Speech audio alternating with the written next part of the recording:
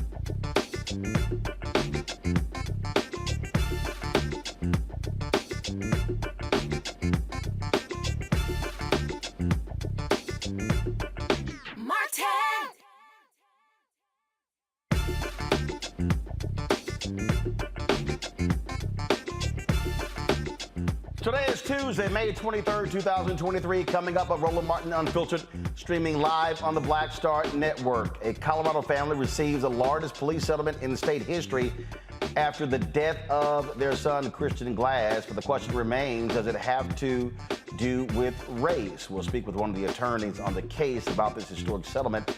We'll also examine the controversial remarks by a black pro-Trump pastor who used the Bible to justify potential violence to return Trump to the White House next year.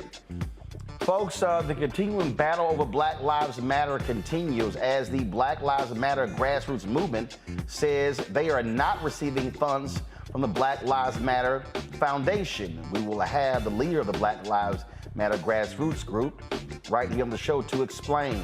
In Georgia, a school district may have violated student civil rights by banning books based on race. And also, one parent in Florida complained about the poem read at the inauguration of President Joe Biden. The book was being removed from the school because one parent complained. Also, we'll hear from a variety of folks about the life and legacy of Jim Brown, including Hall of Famers Marcus Allen, Green Bay Packers great Willie Buchanan, as well as Sterling Sharp. Folks, finally, in our Marketplace segment, Reecie Colbert has a brand new game called Am I Trippin'? She'll be here to explain to us exactly how the game works. It's time to bring the funk on Roland Martin Unfiltered on the Black Star Network. Let's go. He's got it. Whatever the biz, he's on it. Whatever it is, he's got the scoop, the fact, the find. And when it breaks, he's right on time and it's rolling. Best believe he's knowing. Putting it down from sports to news to politics. With entertainment just for kicks, he's rolling. It's on go, roll, y'all. It's Roland Martin, rolling with Roland now. He's funk, he's fresh, he's real, the best, you know he's Roland Martin now.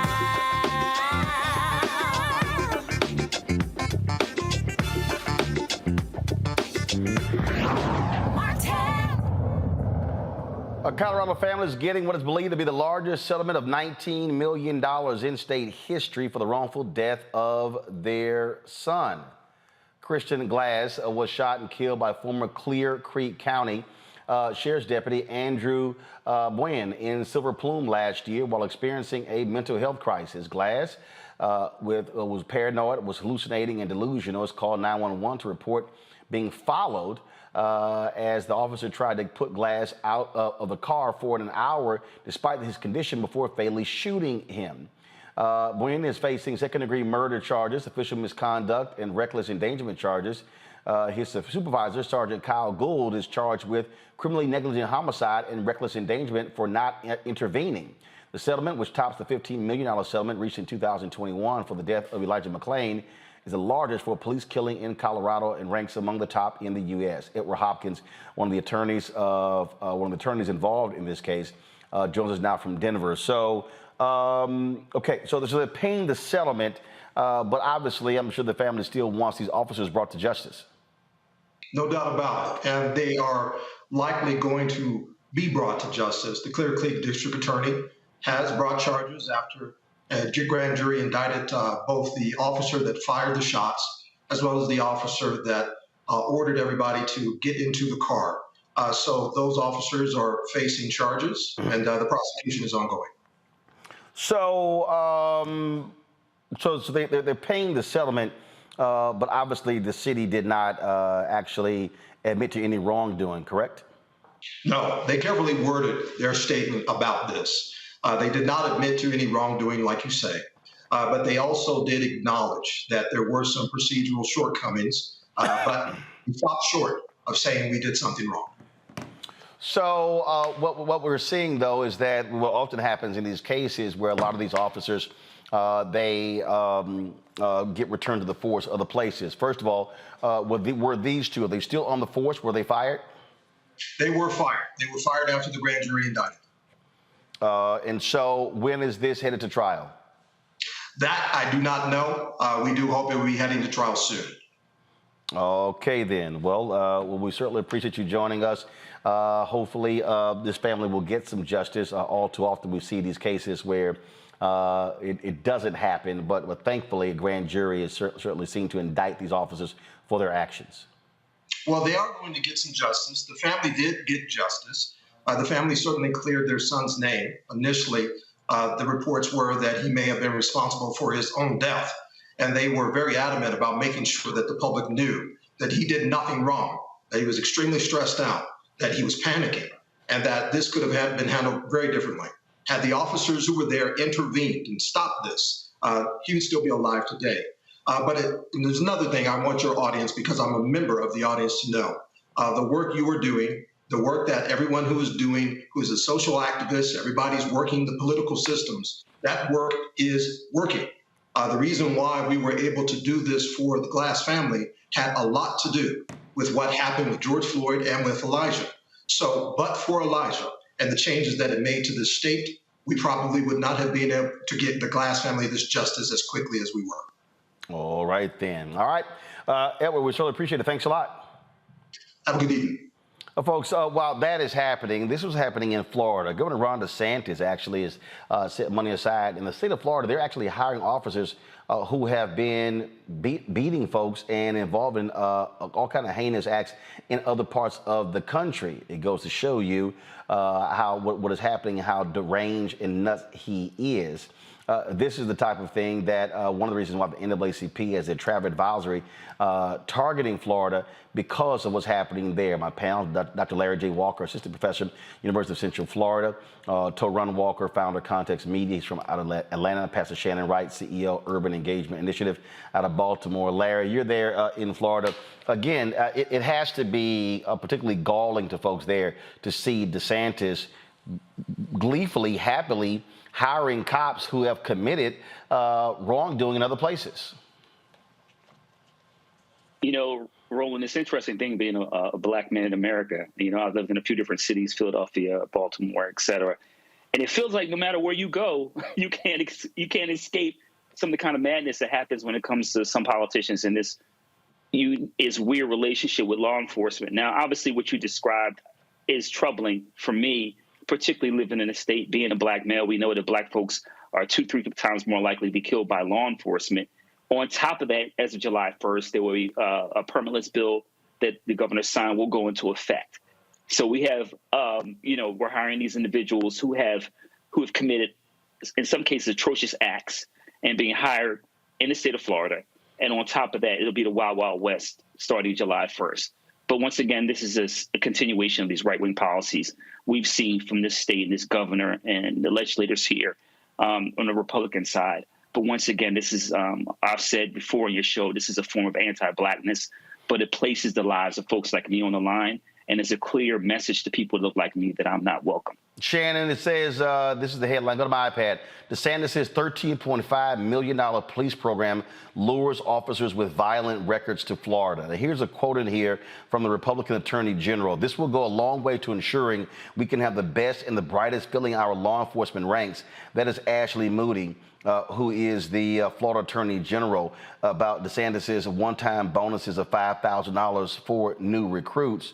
But here's what it says here. However, among the almost 600 officers who moved to Florida and received the bonus or were recruited to the state are a sizable number who either arrived with a range of complaints against them or have since accrued criminal charges, the online media outlet Daily Dot has discovered.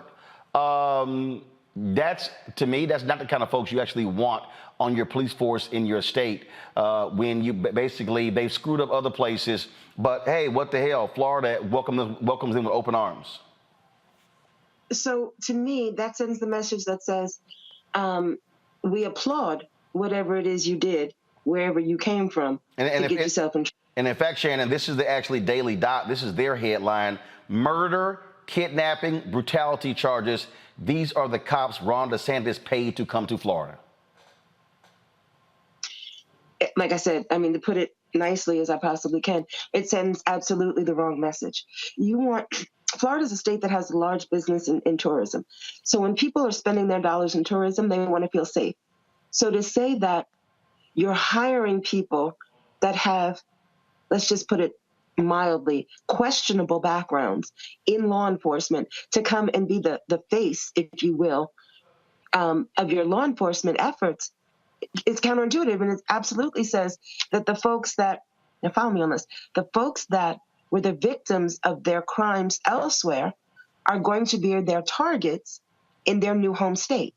So if that's the message you want to send, you're doing it effectively. But if not, somebody needs to redo some strategy there. Well, Torun, what it clearly says is that Republicans, or in this case, Ron DeSantis, who's going to be announcing his run for president tomorrow on Twitter with Elon Musk, they don't give a damn if these folks have been thug cops. Their whole deal is they can do whatever they want. Well, you know, there's two things that are happening here. Well, first of all, I want to say that I'm originally a Florida native. I'm from Jacksonville. And growing up, seeing the way Florida law enforcement moves, I don't see why they have to import more people to do the things they were already doing. The second thing is this. It's an election year. It's about to be an election year.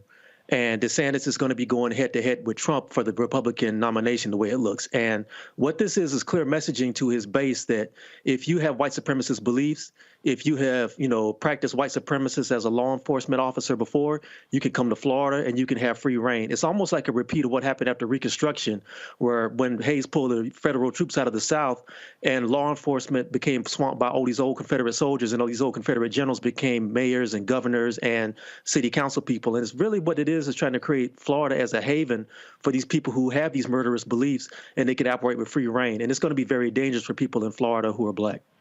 Absolutely. And again, it goes to show you that these folks do not care about citizens. They will do whatever they can to appease police officers, even when they are thug cops. So tight 1 second, going to a break. When we come back, more on Roland Martin Unfiltered on the Black Star Network. If you're watching on YouTube, be sure to hit the like button. Also, download the Black Star Network app. Apple phone, Android phone, Apple TV, Android TV, Roku, Amazon Fire TV, Xbox One, Samsung Smart TV. You can also, of course, support this show by joining our Bring the Funk fan club. Your dollars make it possible for us to do what we do. Send your check and money orders to P.O. Box 57196, Washington, D.C. 20037-0196.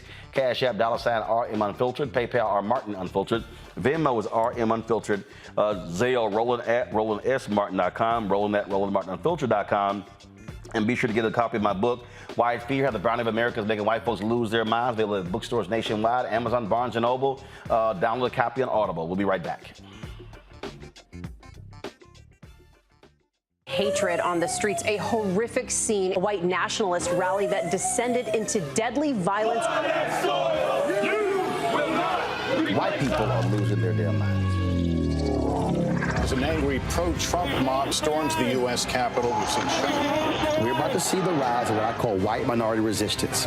We have seen white folks in this country who simply cannot tolerate black folks voting. I think what we're seeing is the inevitable result of violent denial. This is part of American history. Every time that people of color have made progress, whether real or symbolic, there has been what Carol Anderson at Emory University calls white rage as a backlash. This is the rise of the Proud Boys and the Boogaloo Boys. America, there's going to be more of this. Here's all the Proud Boys, guys. This country is getting increasingly racist in its behaviors and its attitudes because of the fear of white people. The fear that they're taking our jobs, they're taking our resources, they're taking our women. This is white fear.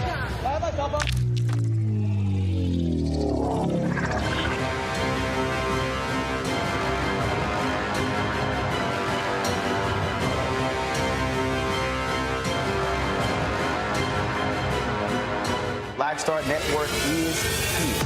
Oh, no punch! I'm real revolutionary right now. Thank you for being the voice of Black America. All momentum we have now, we have to keep this going. The video looks phenomenal. See, this difference between Black Star Network and black-owned media and something like CNN. You can't be black-owned media and be scared. It's time to be smart. Bring your eyeballs home. You dig? Hi, I'm Gavin Houston. Hi, I'm Carl Payne. Hey, what's up, y'all? It's your boy Jacob Lattimore, and you're now watching Roland Martin right now.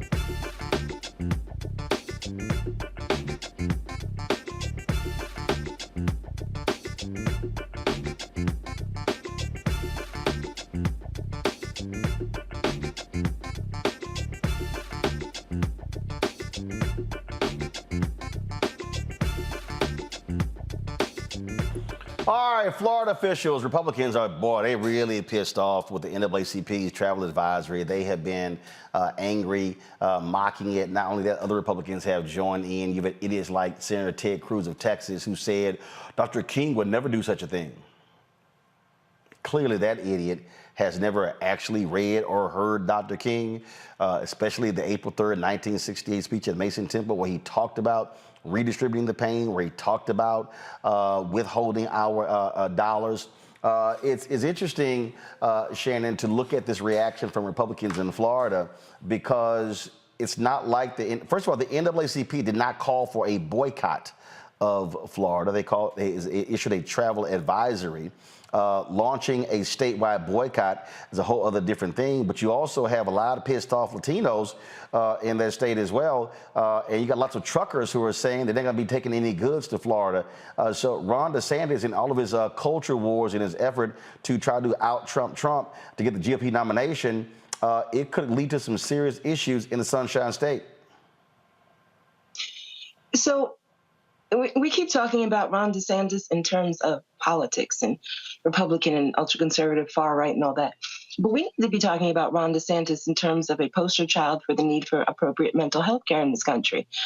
From a political perspective, for you to say you're going to announce that you're running for president and you're going to do things to alienate the black folk, the brown folk, the Jewish folk, the LGBTQ folk, and a whole other list of folks, and think that you could win, forget the nomination.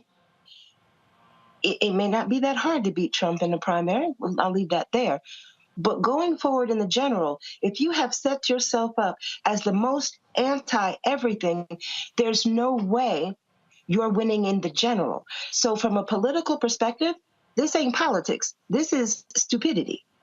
Because the goal of politics is to set yourself up in policy and practice and procedure to actually be able to win a race, not just a primary, but a general. And this ain't that.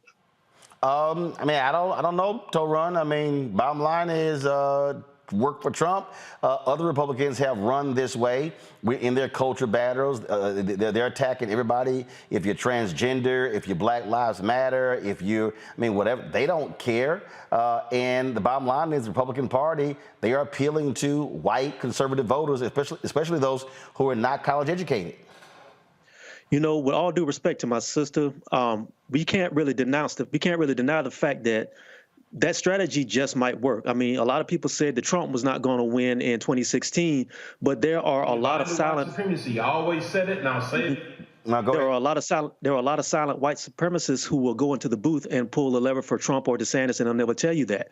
We have to be very careful about the fact that there are people who really believe in the things this man says. And even if he doesn't win, what they can do, and it's what I tell people all the time, when you go to local elections, when you go to state elections, even if he doesn't win the nomination, if he gets enough of a groundswell to start moving people into like state houses, into the legislatures, into the judicial positions and everything, you can pretty much legislate from the states without even having to go to the White House, and that's dangerous as well. There are people out there that support this, and we got to be aware of that.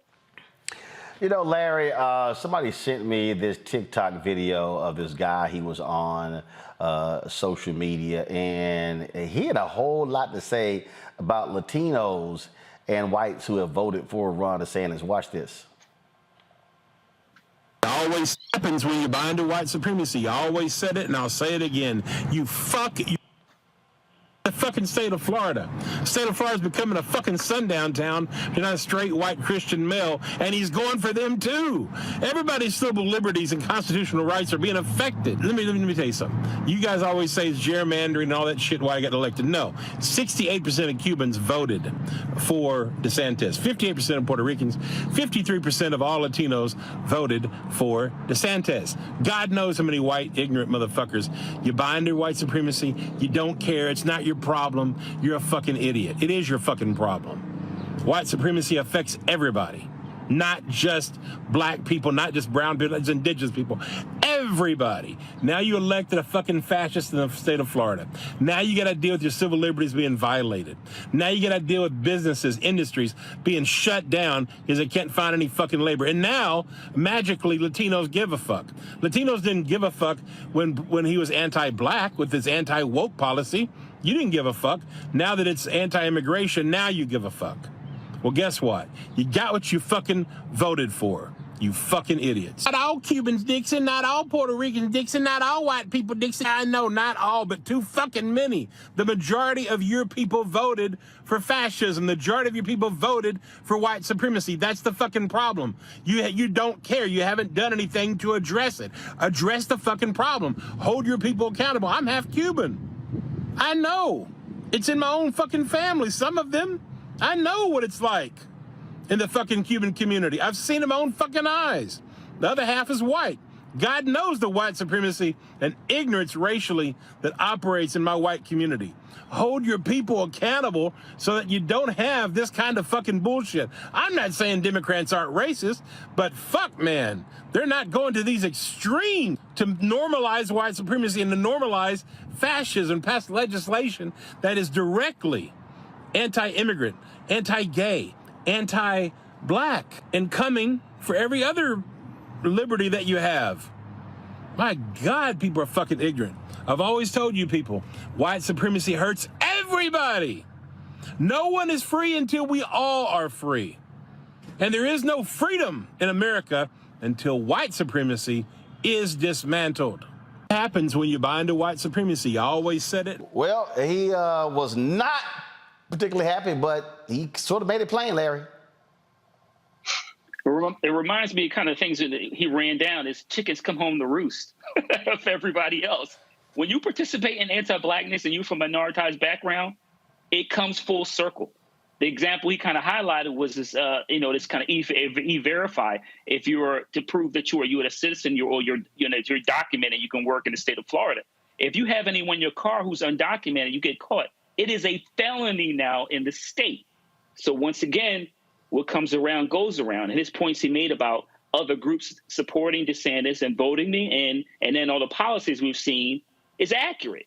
And once again, Roland, we talked about all these issues relating to anti-blackness, particularly not just in brown. We're talking about black communities, but the brown communities in terms of they're being okay with a lot of these policies. And now they're finding out, well, you know what?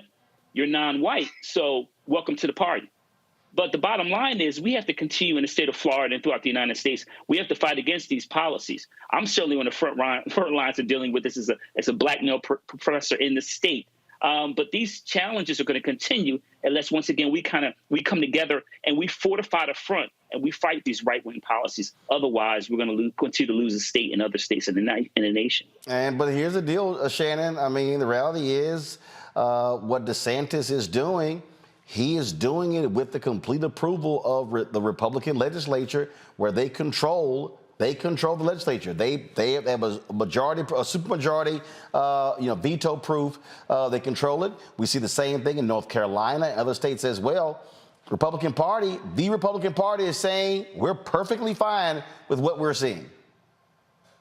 Well, clearly not every member of the Republican Party. I ain't all right with it at all. So, and again, when we lump these issues into, we try to be politically correct a little bit. When we lump these issues into a political party, we overlook the fact that racism and stupidity does not have a lock on either party. It's in all the parties. So when you look at the things that DeSantis is doing, it's about more than just this one policy. And I have to say, I agree with this. The time to have stopped him from doing the things that he's doing was when it was just, quote, black folk as the target. But now that worked, now we're going to expand it to include other groups. But again, I say, this is not a logical sound, even from a political perspective, which is where everyone seems to want to look at it. It is not a logical model. It's not a logical plan. But the party, but the entire party rallied around Donald Trump, and there wasn't nothing logical about that, and he won. And the reality is, the candidates who are running, their whole deal is we got to be as nutcase as he was, because hey, the GOP voters clearly they approve of it. Okay, I would disagree with you on that. Fool me once, 2016. Okay, didn't fool me twice. And I doubt would fool me a third time. But guess what? Look, we right now we're watching Republicans in Texas literally try to get rid of the elections administrator in one county in the entire state because they're pissed off that it's blue, Harris County. We are watching them. We're watching the bills being passed. We're watching Republicans in Mississippi create a separate police force, expanded police force, and a separate court system in the area of Jackson where most of the white people live, because they claim it's about increasing crime in Jackson, but they don't want to give Jackson more funding. They want to take over a lot of the police function and the court system. We're seeing the exact same thing in North Carolina. In terms of where Republicans, in terms of how they're moving. You're looking in Iowa, where you got the attorney general there who says, "Hey, if you're a woman who gets raped or somebody has committed incest, we're not going to provide you any resources for abortion. You just got to suck it up." The Republican Party is saying across the country, we're fine with this. Again, you're generalizing. No, I'm not. Kind of like I just offered you literally 5 states. Because you don't want, not one black person on this panel, none of you would want everybody to say, well, all black people do this or all black people do that. Because we are not all one person. Shannon, first of all, hold on, Shannon, factually, I didn't say all, but the facts are fundamentally clear. I literally named 5 states. I could name 10 more. We have in Montana, where Republicans in Montana literally voted to silence a elected official who is transgender because she dared criticize one of their bills. They silenced a non-binary sister in Oklahoma. That's the Republican Party as well. We saw what the Republican Party did in Tennessee. I've now named 8 states. You want me to name more? I am literally naming you things that Republicans are doing. Texas, Florida, Mississippi, Tennessee, Iowa, North Carolina. I mean, we can keep going. Almost everything that you've named are the same type of issues we're having here in Maryland. And Republicans in Maryland ain't been in control of nothing in a long dang time. Okay. So as I said before, these issues are everywhere and they are not just one party. When you do a Google search, just do a Google search, forget from a political perspective, of the most gerrymandered states in the country, Maryland's in the top 5. Republicans don't control nothing in Maryland and haven't in a long time. When you look at folks trying to talk about removing folks from elections because what color the county may be, that happens in Maryland as well. Ain't no Republicans in charge. My point is this. Yes, you have cited examples of Republicans doing it, but it is not just Republicans. And if we want to fight these issues, we need to fight them wherever they are and from whomever they come from. Hey, Roland, can I jump? Yeah, Larry, go ahead. So I want to highlight a couple of things. The 2-term Governor Hogan former Governor Hogan was a Republican for 2 terms. So I might want to add that caveat in the state of Maryland. And also, I want to highlight something. Does that mean Maryland's still not listed as one of the top 5 gerrymandered states? Let me highlight a point. I haven't seen those stats. But let me ask you another point as a researcher. You cannot use Google as a data point. So let me highlight that. It's not effective and it's not a correct data point. The other thing I want to highlight is Roland, as he said, he went through a series of states that are passed or passing anti-LGBTQ, anti-Black policies, and have not even blinked. So what we're talking about is once folks are trying to bring us back to Jim Crow based on some of these policies, to undermine democracy, to limit what books, the curriculum in schools and post-secondary institutions, to limit a woman's opportunity to decide what they want to do with their body, among the other harmful policies. They're not only anti-Black, anti-LGBTQ, but in the state of Florida, also anti-business. Taron, comment before I go to break. Bottom line is, look, the Republican Party, whether we like it or not, they play dirty and they do not care about playing dirty. And I have said this to people who work on campaigns more than once. We people who are on the Democratic side gotta learn that you're in a war. Whether you want to be in a fight or not, if somebody keeps slapping you in the face, you're in a fight. So you better learn to fight, and you better learn how to go to the people with the fight you want to take it to, and start pushing back that way. You can't intellectualize your way out of the situation that's coming. All right, folks, hold tight 1 second. Going to a break. We come back. We're going to talk to the leader of the Black Lives Matter grassroots movement, where they are making it clear that they are not aligned with the Black Lives Matter Foundation. We'll explain when we come back on Roland Martin Unfiltered on the Black Star Network.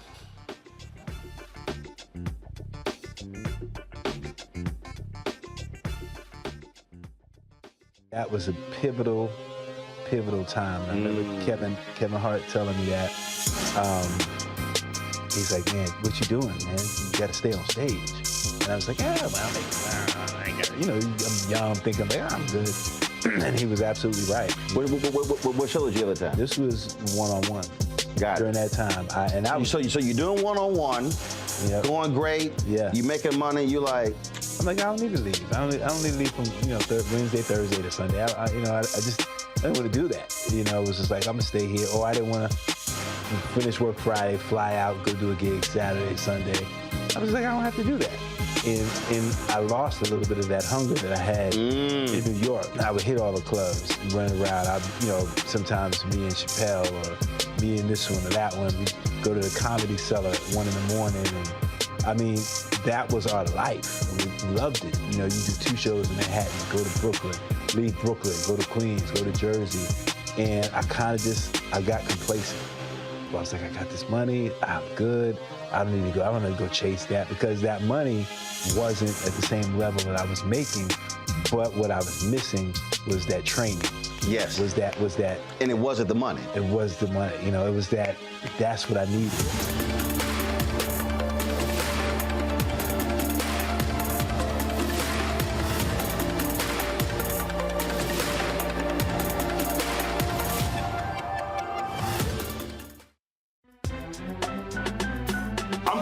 Muhammad, live from LA. And this is The Culture. The Culture is a two-way conversation. You and me. We talk about the stories, politics, the good, the bad, and the downright ugly. So join our community every day at 3 p.m. Eastern and let your voice be heard. Hey, we're all in this together. So let's talk about it and see what kind of trouble we can get into. It's The Culture, weekdays at 3, only on the Black Star Network. Hey, I'm Donnie Simpson. Hi, I'm Eric Nolan. I'm Shantae Moore. Hi, my name is Latoya Luckett, and you're watching Roland Martin Unfiltered.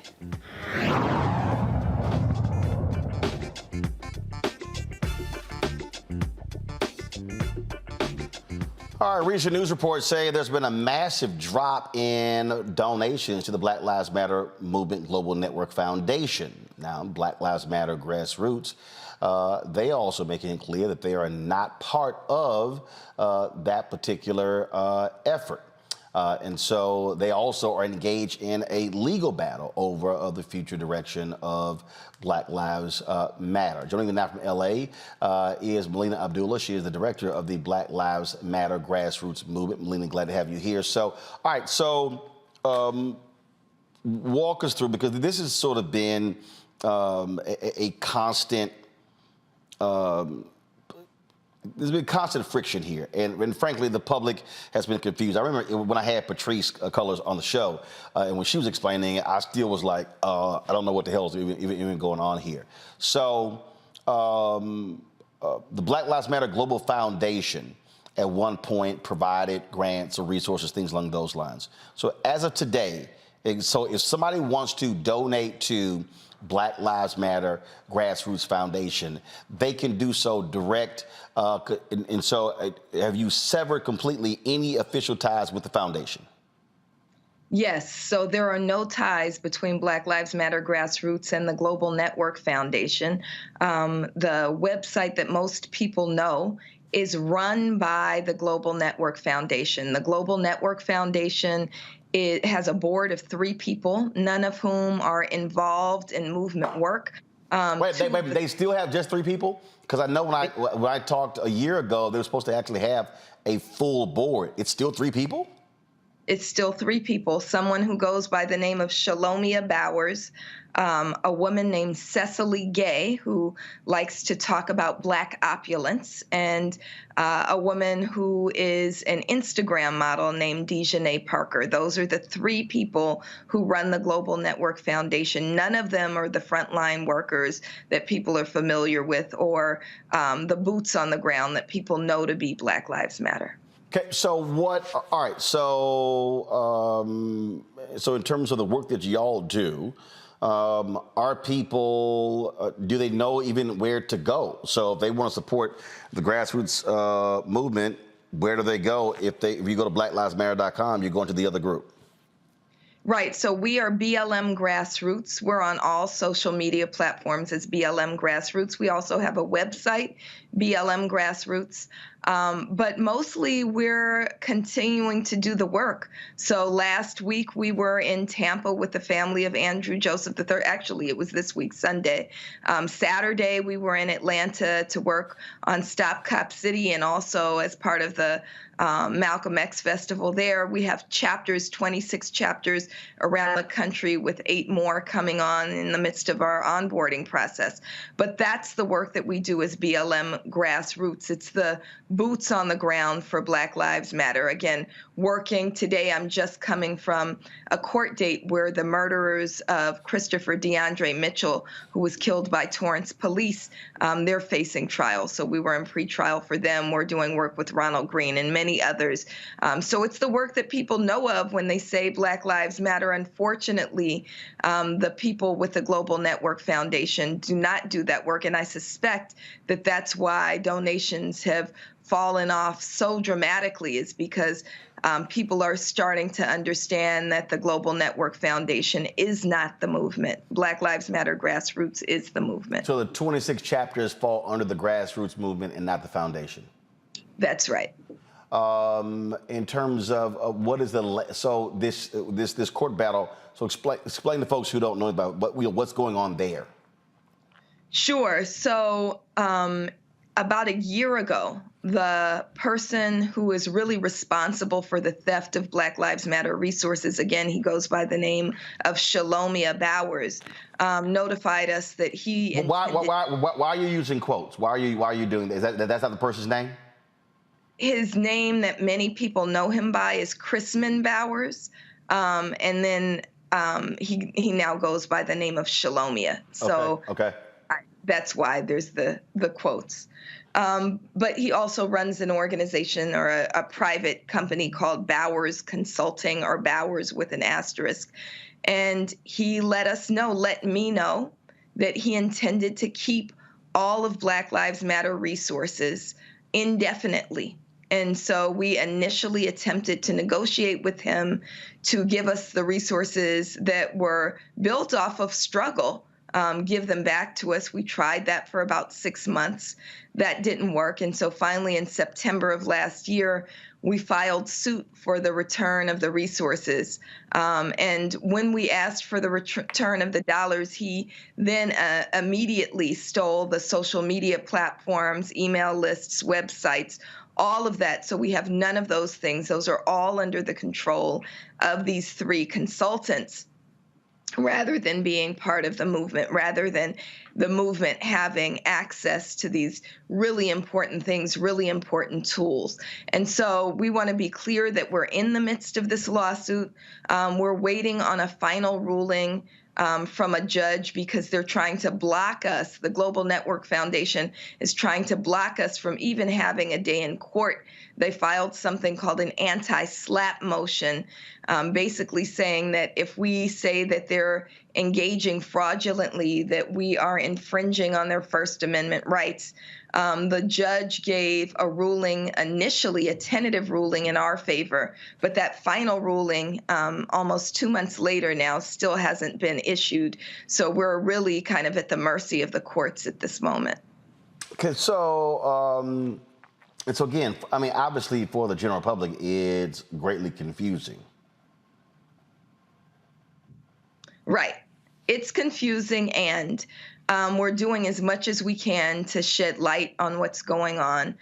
We encourage, again, people to follow BLM Grassroots. We're grateful that you've attempted to explain as much as possible, or allow us to explain as much as possible. But essentially, the people who birthed, built, and fuel the movement are continuing to do movement work, but the resources have been stolen by these consultants, and we're trying to get them back. Hold on 1 second, going to a break. We come back. My panel has some questions as well. Folks, you're watching Roland Martin Unfiltered on the Black Star Network. Download the Black Star Network app, Apple phone, Android phone, Apple TV, Android TV, Roku, Amazon Fire TV, Xbox One, Samsung Smart TV. Also, you can join our Bring the Funk fan club. Send check and money orders to P.O. Box 57196, Washington, D.C., 20037-0196. Cash App, $RM Unfiltered, PayPal, R Martin Unfiltered, Venmo is RM Unfiltered, Zelle, Roland at RolandSMartin.com, Roland at RolandMartinUnfiltered.com. Your YouTube, hit that like button, folks. It impacts the algorithm, and so we should easily be over 1,000 likes. Also, you should watch us on Amazon News. If you go to Amazon Fire, you can catch us on Amazon News as well. And be sure to get a copy of my book, White Fear, How the Browning of America is Making White Folks Lose Their Minds. We'll be right back.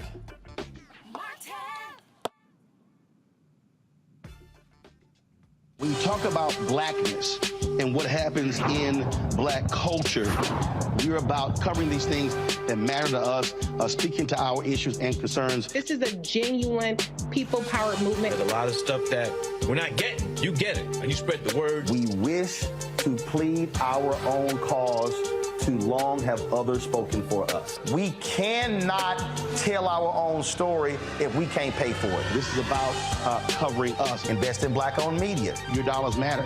We don't have to keep asking them to cover our stuff. So please support us in what we do, folks. We want to hit 2,000 people, $50 this month, raise $100,000. We're behind 100,000, so we want to hit that. Y'all money makes this possible. Checks and money orders go to P.O. Box 57196, Washington, D.C., 20037-0196. The Cash App is $RM Unfiltered. PayPal is R Martin Unfiltered. Venmo is RM Unfiltered. Zelle is Roland at RolandSMartin.com.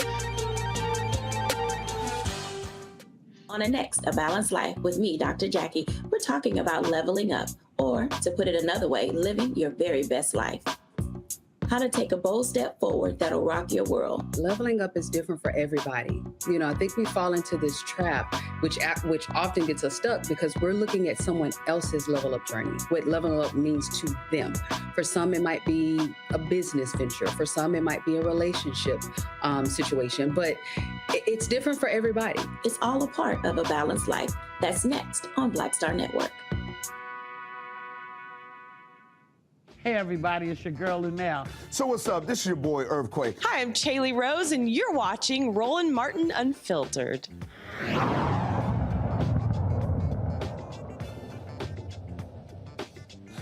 All right, folks, welcome back. We're talking to Melina Abdul. She's leader of the Black Lives Matter Grassroots. My panel is here to run your question for Melina. Hello, Melina. I've been waiting to have this conversation for a while. We're 9 years deep into this now. Ever since Ferguson started, there were brothers like Darren Seals and people who were on the ground who would call out some of these things and he got silenced.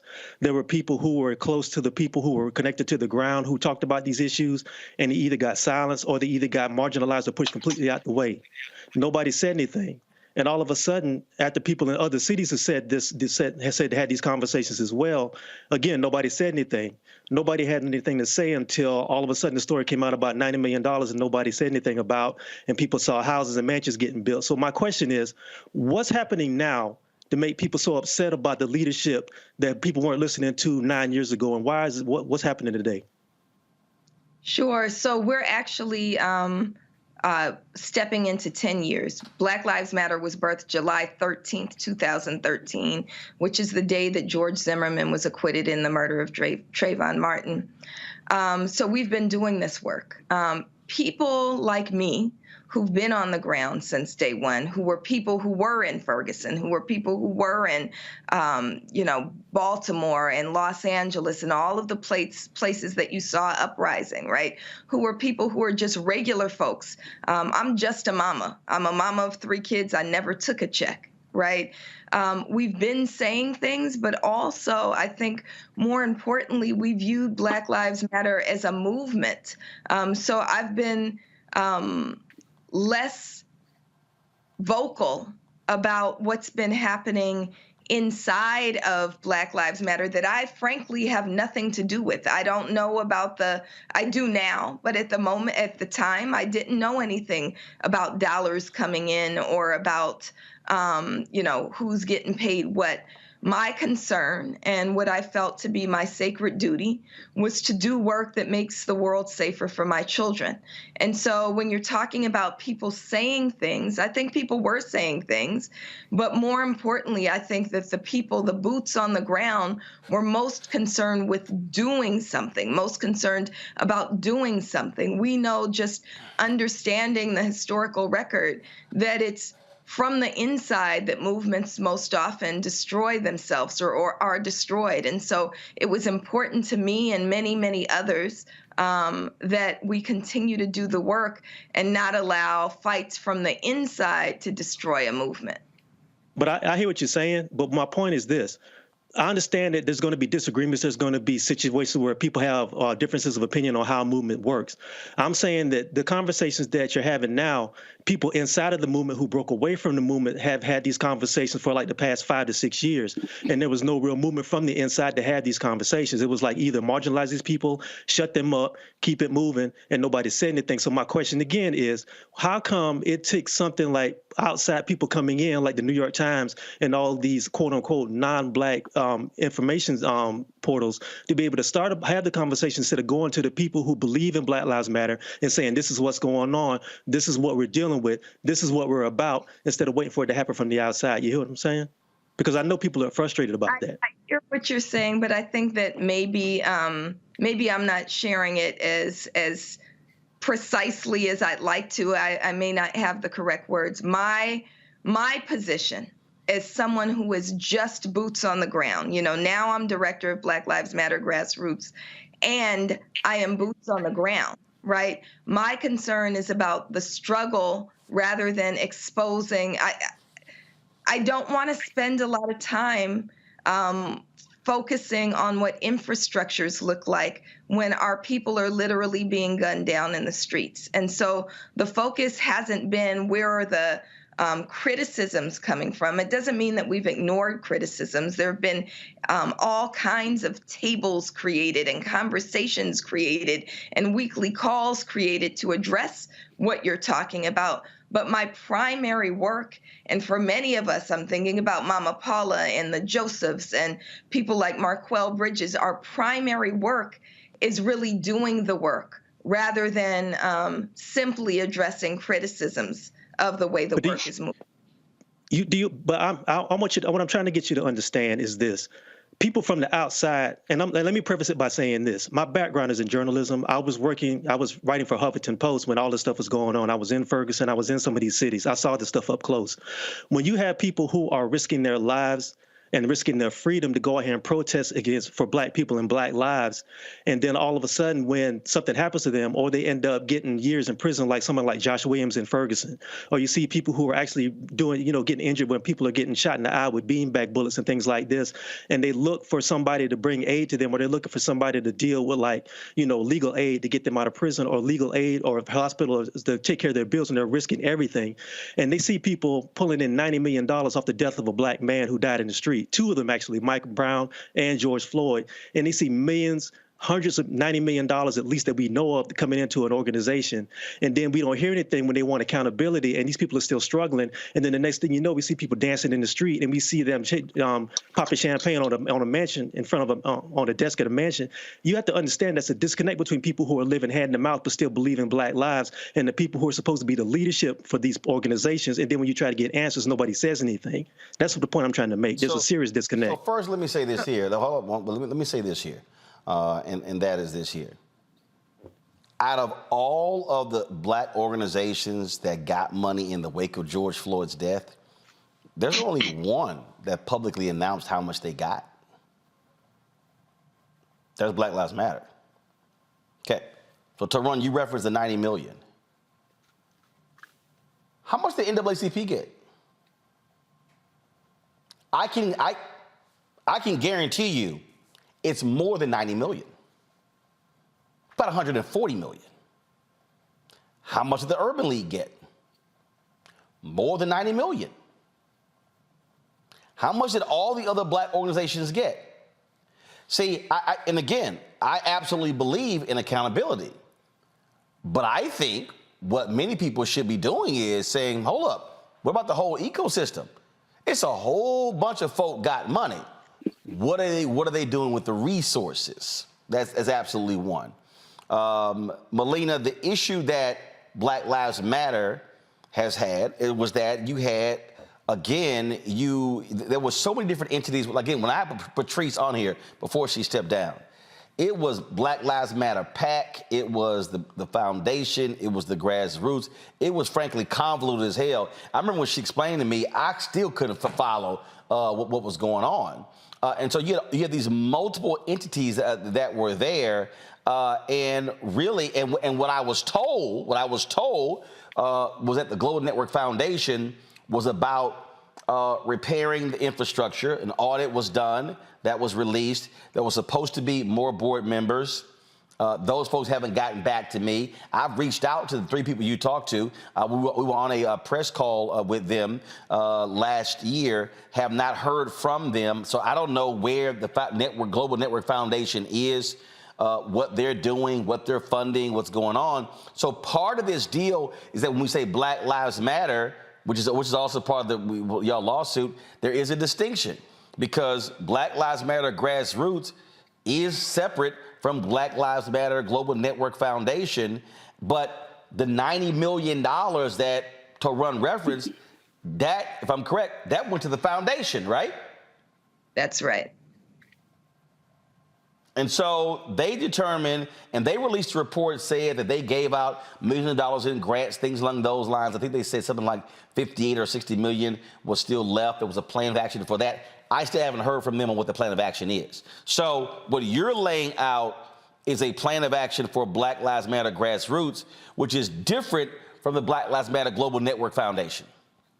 That's absolutely right. So again, grassroots is the boots on the ground. We don't have access to the $90 million or $100 million or any dollars that came in after 2020, because we know that donations continued. Even if they've dropped some, they've continued. We don't have access to those dollars. Our primary focus is on doing the work. And of course, the work would be helped greatly if we had the resources to do it. But those resources are locked away with the Global Network Foundation rather than running through the organizations and the chapters that are actually the boots on the ground.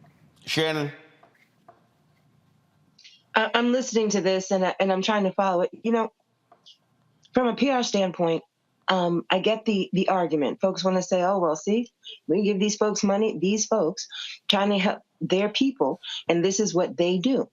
But Roland, of course, made a really good point of saying several other organizations got a whole bunch of money, and the difference between you and them is they didn't say how much they got or specifically what they intended to do with it.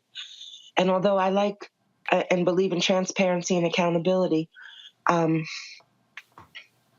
I think you got a raw deal here. And we need, unfortunately, in this day and age, organizations that really still fight for people and families that have been wronged. And I understand you don't want to divert your attention and energy from fighting those fights to publicizing or showing the laundry and all those internal struggles. But sometimes folks just want to hear you say, you know what? This is what we intended to do. This is what we're doing. This is what happened. And this is where we're going. And we'd love to have you join us on that journey because the work still needs to get done and keep it moving. Well, I appreciate that. And if we could just clip the last part. Absolutely. We intend to do the work on behalf of our people, and we are doing the work on behalf of our people. And as you're saying, as it stands, we have a raw deal, but we're not going to just sit back and let the resources be stolen. We have filed a lawsuit. We are in court. We're saying that those resources, including the dollars and the platforms and the good name that's Black Lives Matter, needs to be returned to the people. And so we're going to do that even as we fight on the ground. And as you've offered, the more folks we have on the ground, the more work that we can do, the more effective that we can be. Larry? Yeah, first of all, let me start by saying that the work BLM does is critical. We're still in this fight for fairness and civil rights. So I have two questions. The first question is, and I guess part of it's being on the show and fortunately have Roland having you on, how are you differentiating between the grassroots movement and the foundation publicly? Because you highlighted you have a website and a few other things, and Roland highlighted, and I agree, it's a lot of moving pieces. It's very confusing. So that's the first question. Well, actually, hold on. So actually, I'm going to answer the first one because I think this is also part of the problem as is here. So, and trust me, it is absolutely confusing. Black Lives Matter took off so fast that when the three founders, when they tried to trademark Black Lives Matter, they couldn't because it was already in the public space.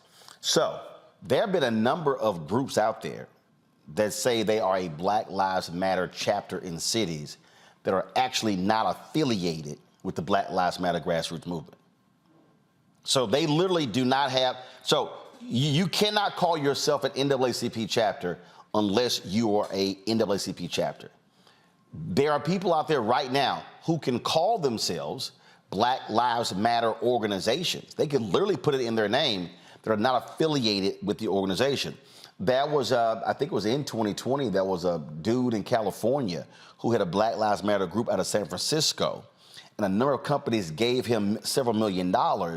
Then they found out he wasn't actually with the real Black Lives Matter. And so the money was rescinded. And so this is what you just described, Larry, has been part of the problem from day one. So basically, the horse had already escaped the barn, and they were trying to catch up to the horse, and the horse for the last 10 years has been dragging them behind. They've never actually been able to jump on top of the horse and actually be able to ride it because they've been trying to build an organization after things took off. Money starts flowing in, and stuff is all over the place. And so I get what you say. I listened very attentively, Melina, when you said I can't be focused on infrastructure about the work, but that's actually part of the problem. The reality is you have to have the infrastructure in place from an organization standpoint to move forward. Otherwise, it's just going to be unwieldy and all over the place. And that's really where we are today. It has been unwieldy, all over the place, and so many things intertwined in so many layers that when people just say, oh, Black Lives Matter, hell, they could be referring to a chapter that has nothing to do with the work that you're doing, but when they hear that phrase, they think it's what you're doing, and if the foundation does something, they think it's what you're doing, and vice versa, because it's all so convoluted, and that has sort of been the difficulty they've had. Larry, your second question. Yeah, so thank you, Roland, for that background and analysis. Really important. Yeah, my second question relates to, you used language. You described the three individuals as members of the foundation, as board members, and then you described them as consultants. And I know that I currently serve on a few boards that have in the past, and boards, foundations in particular, have bylaws and they have term limits. So I want a little clarification on. Are they consultants? Are they board members? Again, I just want to help you out. Then Melina can answer. She is not with the foundation. True. So how that whole deal even happened? Who took over? When Patrice stepped down? Again, this is all part of the problem, and so this ongoing thing is trying to fix what was all over the place, and so. Because there was a point where, Melina, correct me if I'm wrong, there were things you did that you did work with the Global Network Foundation, and then all of a sudden, then it was, well, who controls the social media accounts? Who controls the websites? Who controls bank accounts? And so it was all over. And even when I talked to them, they were like, "Yeah, we're not over that, but we provide money." And I was kind of like, but that makes no sense whatsoever. This is all part of the problem. It's actually not building the clear, defined infrastructure hierarchy to be able to properly lead an organization, a national entity, an international organization moving forward. Melina, go ahead. Sure. So we have to remember, and that was a great explanation, Roland. We have to remember that until 2020, Black Lives Matter one, we didn't have a global network foundation behind our name or a grassroots behind our name. We were birthed just to be a movement. That's how we came into being. We also didn't have money really to fight over. You know, there was nothing very large to manage. And so that's why we were able to focus on the work on the ground. When all the money came in 2020, there was a trust that was given to the remaining co-founder, who was Patrisse Cullors, that enabled people like me to continue to move the work on the ground. What we're doing now is trying to fix infrastructure so it's focused on the work on the ground as we're fighting to get those resources back. And so we are trying to get the resources back, and we're trying to build an infrastructure that brings together all of those whose primary concern, again, is the work on the ground, but there needs to be an infrastructure to be able to move it. So I hope that makes sense. Absolutely. So, Melina, we appreciate it. Thanks a bunch. Keep us abreast of what happens next in this legal battle. Thank you so much. All right, we're going to go to break, but when we come back, I want to talk more about this because I just want to share some things that I shared with a lot of these young activists after the death of Michael Brown that could have actually prevented all this drama that we're seeing. So we'll pick up on that when we come back. Roland Martin Unfiltered on the Black Star Network. Next on The Black Table with me, Greg Carr. Democracy in the United States is under siege. On this list of bad actors, it's easy to point out the Donald Trumps, the Marjorie Taylor Greens, or even the United States Supreme Court as the primary villains. But as David Pepper, author, scholar, and former politician himself says, there's another factor that trumps them all and resides much closer to many of our homes. His book is Laboratories of Autocracy, a wake-up call from behind the lines. So these state houses get hijacked by the far right, then they gerrymander, they suppress the opposition, and that allows them to legislate in a way that doesn't reflect the people of that state. David Pepper joins us on the next Black Table, here on the Black Star Network. Next, right here on The Frequency, the woman they call the Gifted Eye, hip-hop celebrity photographer Coy Soldier. She's the master storyteller that captured the history of hip-hop through the lens of her camera. Tupac comes out, the next thing you know, you didn't know who they were at first. You just seen all these dudes just come rushing the stage. Then you realize Biggie gets a bottle of champagne, he pops it open, sprays it on the crowd, he drinks the bottle. Coy Soldier, the hip-hop celebrity photographer, joining me right here on the next episode of The Frequency on the Black Star Network. Black TV does matter, dang it. Hey, what's up, y'all? It's your boy Jacob Lattimore, and you're now watching Roland Martin right now.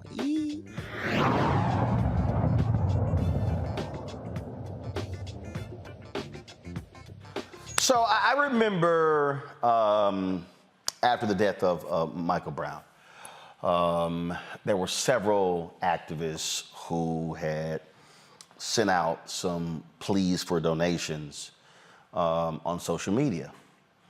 And what a lot of people need to remember is that we also even have to go before Michael Brown.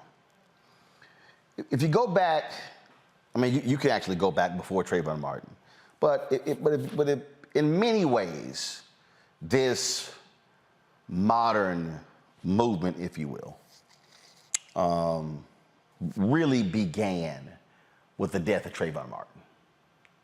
Then you had the legal decision Zimmerman got off for the murder of Trayvon Martin. And so you had a number of people who immediately jumped into action.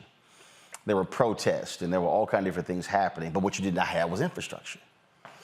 And I remember three or four had put this call out, and I hit them privately and said, hey, you want to make sure that you're running this money through a fiscal sponsor, through a nonprofit, so you're not getting nailed tax-wise. And I remember reading a story, I think Darren Sands may have wrote a piece for BuzzFeed or somebody, and there were some activists, some Black Lives Matter activists in Boston, and there were some donors who wanted to give money, and they turned it down. But then it was like a year later, a lot of them were like, yo, we screwed up because they couldn't pay their bills. And so for all of the talk about, no hierarchy, no leadership, and we sort of make decisions as a group, that shit don't work. Now, let me be real clear when I say that. I don't care who you are. There has to be hierarchy. There has to be a workflow. There has to be infrastructure. And so when I listen to people, even today, complain about the NAACP and the Urban League and all these legacy civil rights groups, here's a fact that is hard for people to get around. They still exist. And the reason that they exist is because there's infrastructure. Yes, all of them have had their issues. The National Urban League for a long time was broke as hell, in serious debt. NAACP, same thing. They've had leaders who have to deal with sexual harassment, payoffs, things along those lines. But the infrastructure allowed the organization to withstand all of that and still continue. So why am I saying this as it relates to this? It's because when Patrice left, part of the deal was that, frankly, you had one person who was in many ways running pretty much all of it, who knew where everything was actually going. It was sort of like, it sort of reminds me of a company when one person founds it and then they leave or they die, and then all of a sudden people are like, okay, where are the books? Where's this? Where's that? Where are the keys? Because there's no infrastructure. And so the problem that we're now facing, and that's why the questions from the panel were so important, the problem that we're now facing is that we as Black people, we still need Black Lives Matter movement. We still need the boots on the ground. If you notice, and I'm not the only one, think about it. Have you seen the wide-scale Black Lives Matter protest since the death of George Floyd? No. It's still needed. Is there work still being done? Yes. Are things being done in specific cities? Yes. But what is it that we still hear? What we have is you have more headlines coming out of conservative outlets that have been targeting leadership, and we know what those games are. But leadership also has to ensure you're not inviting additional headlines, additional drama. And so you have Melina and their group and with grassroots and stuff that they're doing. But I have numerous questions for the Global Network Foundation. First off, who are you? Why is it that we're now in 2023 and you only have 3 board members?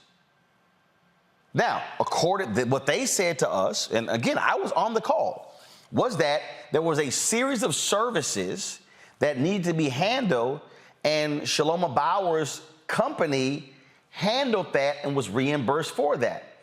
Okay, but as an organization, when are you getting away from one person being a consultant and their company handling these things? Are you hiring professional staff? I have those questions. When is Black Lives Matter Global Network Foundation? Are they going to hire an executive director?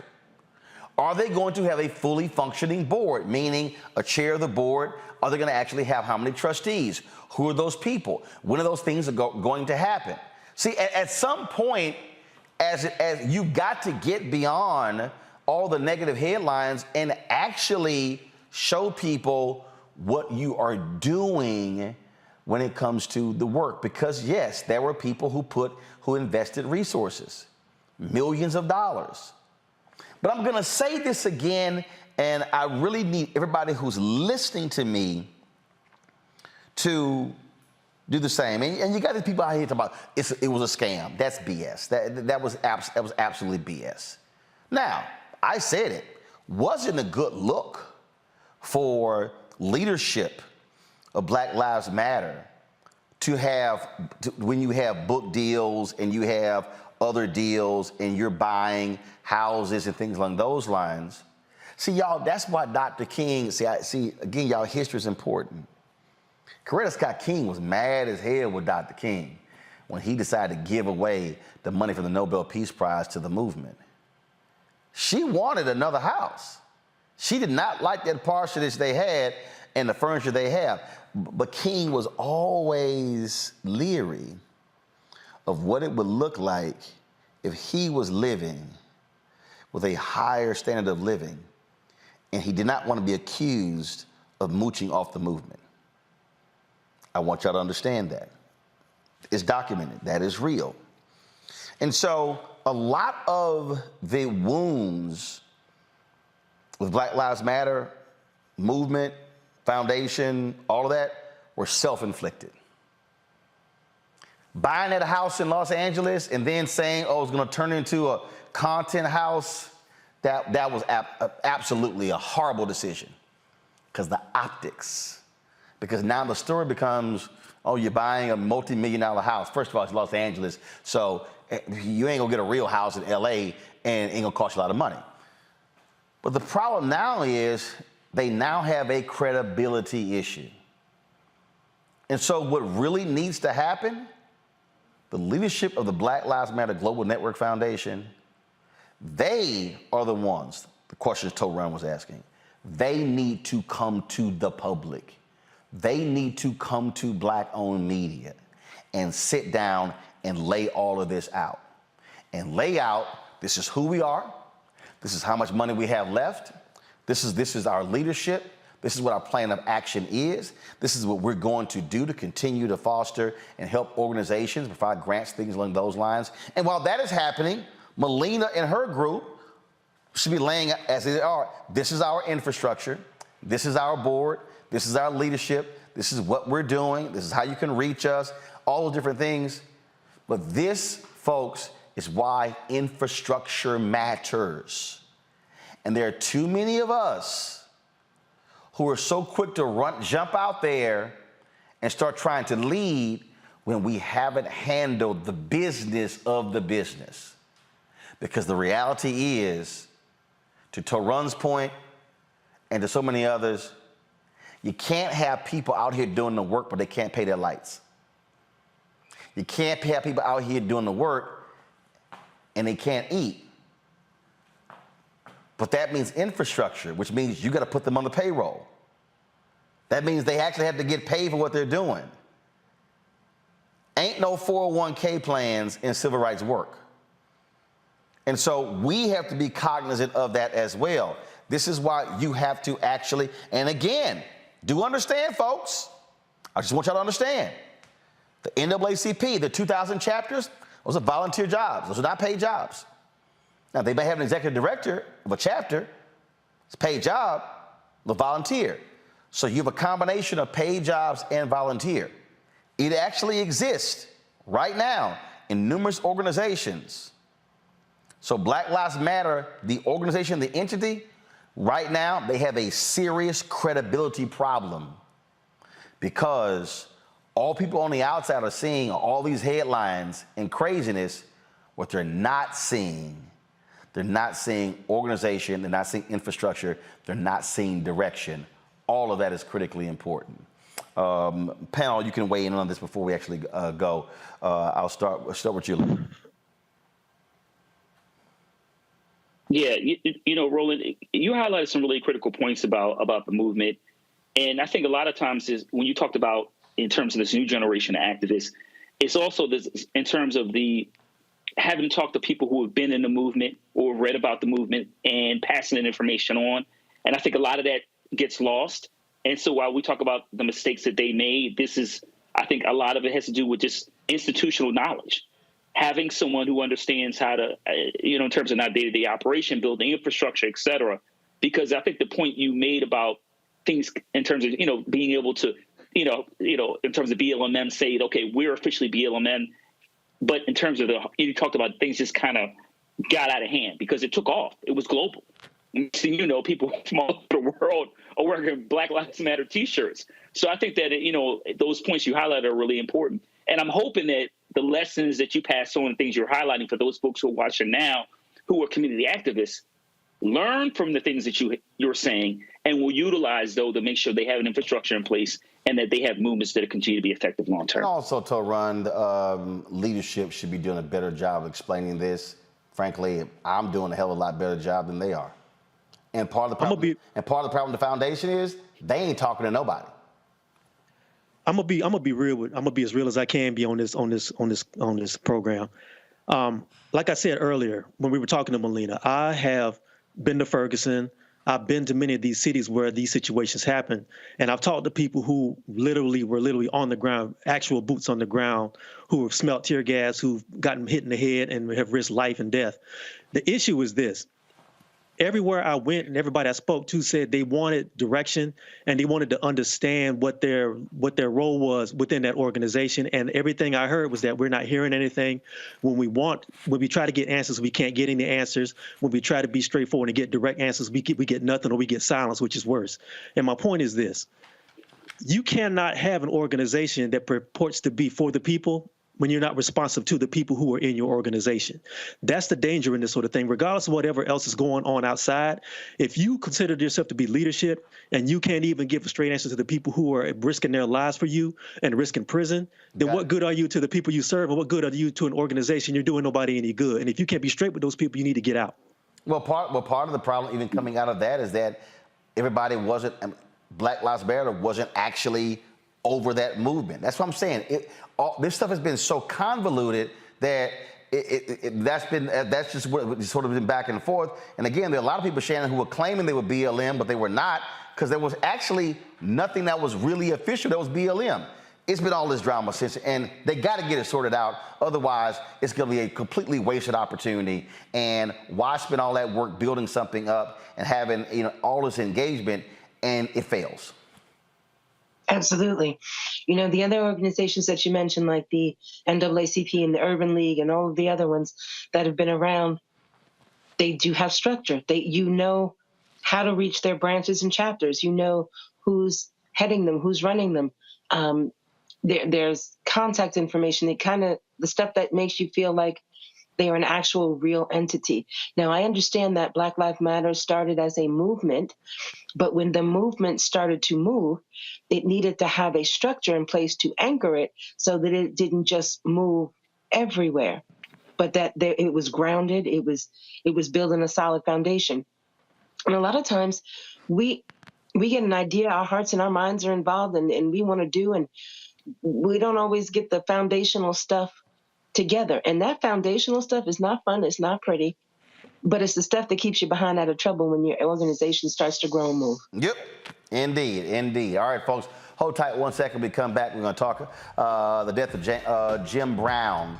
Obviously, his legacy when it comes to football, legacy when it comes to his community work. But there are a number of people who also are talking about his legacy as it relates to violence against women. All of these things people are raising since he passed away late last week.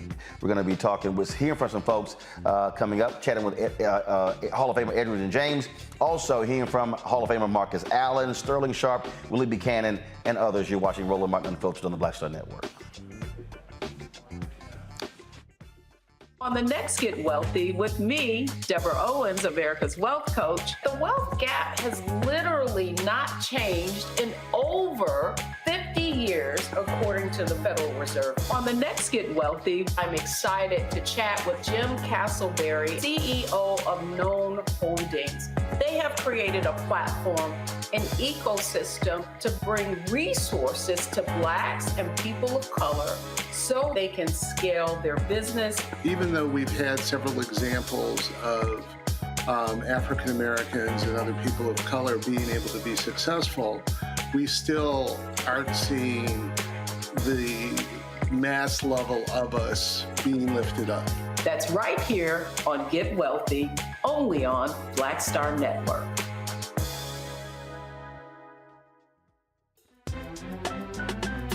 I'm for Ron Haji Muhammad, live from LA. And this is The Culture. The Culture is a two-way conversation. You and me. We talk about the stories, politics, the good, the bad, and the downright ugly. So join our community every day at 3 p.m. Eastern and let your voice be heard. Hey, we're all in this together. So let's talk about it and see what kind of trouble we can get into. It's The Culture, weekdays at 3, only on the Black Star Network.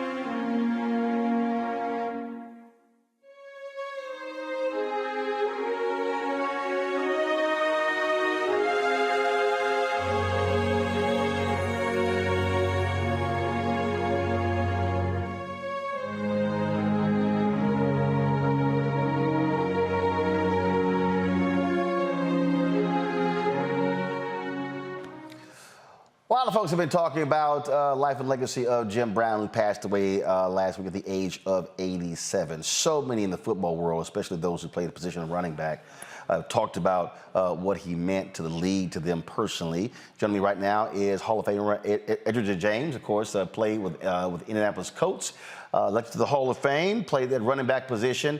Edge, glad to have you on the show. Just share with us your recollections, your thoughts with regards to Jim Brown. Hey, what's up, everybody? Yeah. No, Jim Brown was, he like the mold. He was the one that set the example, even though he played before a lot of our times. But once you start playing the running back position, you learn about Jim Brown. You see all the great things that he done. And one thing that made him stand out when I first started was how many times he led the league in rushing. So that was super important to me. And that's when I started studying Jim Brown. And to know that he could have went on and did so many more great things as a football player, and he shut it down to go and be an activist and go to Hollywood and actually be bigger than football. I think everybody that understands or knows his story has a great appreciation for him as a person, as a player, and what he's doing for the culture. Obviously, he was the gold standard for the position that you played. In a bit, I'm going to play something from Sterling Sharp, and he said, frankly, when there was a conversation, he said there was never this GOAT debate. He said it was clear. It was Jim and everybody else. Yeah, the greatest. I'm talking about anybody. Everybody knows it starts with Jim and then everybody else. Indeed. Just share with us your interaction with him over the years. Well, over the years, especially once you get to the Hall of Fame, you always cross paths before that, but once I got to the Hall of Fame, you got a chance to be around him a little bit more. He's a little older, and the one he came to Mr. Irsay, Mr. Jim Irsay does this concert, this collection. He had Jim Brown come there. And I have this old 1975 Chevy Impala or Chevy Caprice Classic that I get all the Hall of Famers to sign. And that was one of a big moment right there for Jim to sit there. He just signed my seat, and he put that number 32 on there. That stamped it because, I got the greatest football player to ever play to sign a seat full of Hall of Famers, and he stands out amongst everybody. Indeed. Reecie James, man, I appreciate you joining us, just sharing your thoughts about the passing of Jim Brown. All right. Thanks for having me. Not a problem, my brother. Be well. All right, cool. Folks, I was at the Anthony Anderson Golf Tournament, Celebrity Golf Classic at Bighorn in Palm Desert, California on yesterday. Caught up with Willie Buchanan. He's a member of the Green Bay Packers Hall of Fame. He had this to say about Jim Brown. All right, start the question. All right, go ahead. All right, so just share your thoughts about Jim Brown. Greatest football player that ever lived. Jim Brown was a classic.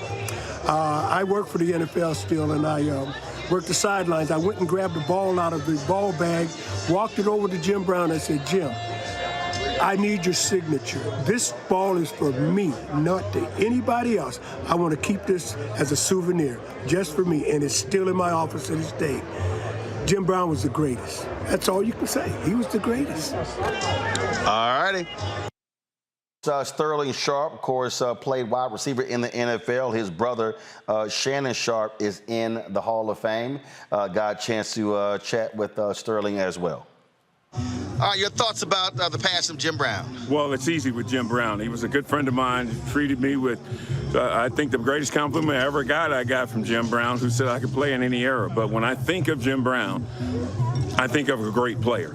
I mean, I'm not going to do any of the off the field and the social justice stuff that he did. He was great at the movies. He was good at. I'm just talking about the man. When you talk about what he did playing the game of football, there was not Jim Brown or it's, you know, like we do with Michael Jordan and LeBron James. But with Jim Brown, when I thought Jim Brown is just a great player, and you leave it at that. And then a lot of us believe the greatest football player. So, you know, he was going through some health things. You know, he was moving a little slower. He still loved his golf, but, you know, it's a tremendous man that I'm glad I got a chance to interact with, have him in my life, get a chance to conversate with him, talk to him. And like I said, he gave me the greatest compliment as an athlete, as a football player I ever got, and that is that I could have played in any era. I don't need any more than that. Marcus Allen, of course, starred with the Los Angeles Raiders. He's also in the Hall of Fame as well. So I caught up with him after yesterday's tournament. All righty, here we go. 3, 2, 1. Well, Martin, just share your thoughts about Jim Brown. Clearly sad about passing of Jim Brown. You know, I met Jim Brown back in 78, maybe. My freshman year at USC. Me, Ronnie Lott, Dennis Smith went to his house to play basketball with him. And, just an incredible experience, and really been friends ever since. To me, he was a measure in many different ways, you know, as far as intellect, as far as courage, as far as someone doing the right thing and not the popular thing. That sort of epitomizes Jim Brown to me. But when you really got to know him, he was just, he was a great guy who wanted to elevate you and all that you were doing, and wanted you to become, I think, a beacon that would represent your family and your community. And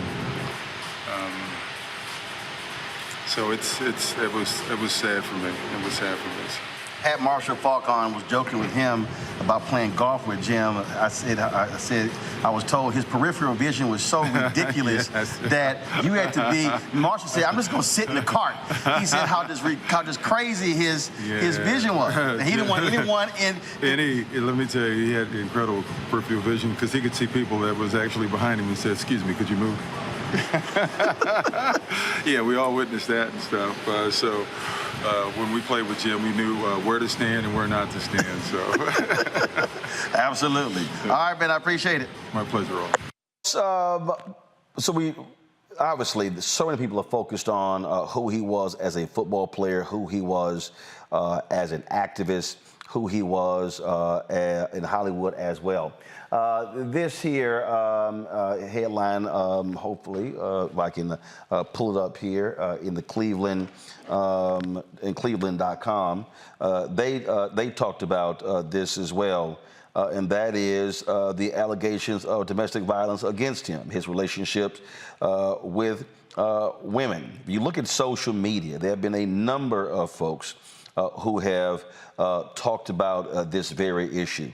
You hear the phrase from a lot of quarters that Jim Brown was a complicated man. In many ways, that's folks not wanting to actually deal with these stories. This here is the headline. Go to my iPad, please.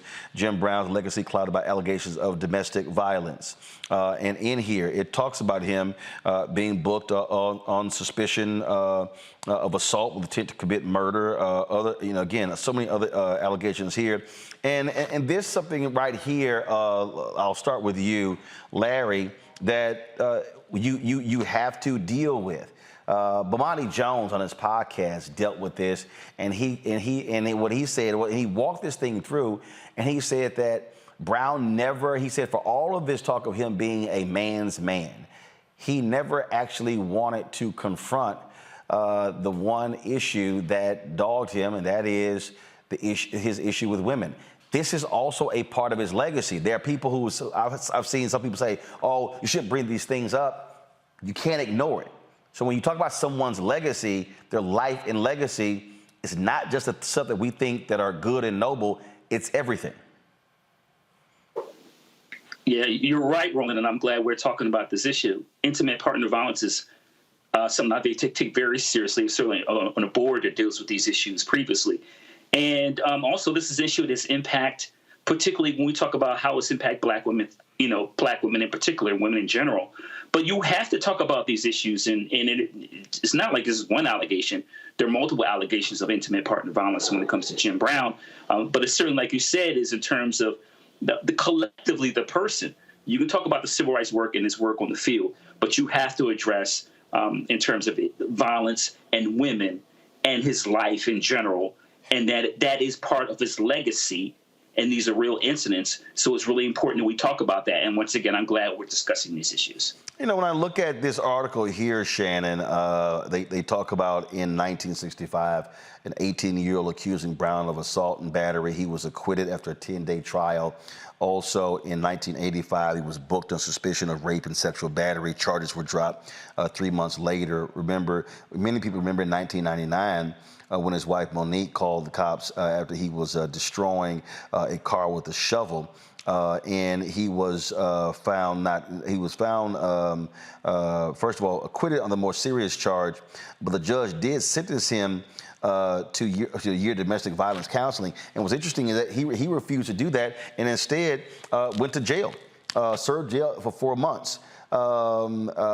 He did say this here: "I'm no angel." But regardless of the allegations, he said, "I've never been convicted. I've just been harassed. I've been hit so much I don't sting anymore." And then he said, I take it and look my accuser in the eye. I don't look at my shoes when I talk to anybody. I know what I am. I only have to live with myself." What's interesting is when you look at a lot of folks, when you look at when someone passes away, what folks don't want to talk about. I mean, look, when Kobe Bryant died in that tragic helicopter crash, there are folks who said, "Oh, no, media shouldn't be bringing up when he went on trial and when he was going through his legal issues when it came to sexual assault." But that's also something that is going to get brought up. Absolutely. You shouldn't cherry pick history. Whether the accusations were true or not, it is historically accurate to say there were accusations, there were issues, there were times when he claimed himself not to be an angel, but having been able to understand what he did and look himself in the eye, and not look down at his shoes, which I think is kind of an awesome phrase. Nobody's perfect. Nobody. If you have done some things, first of all, you don't get to a certain age without having some baggage and some issues.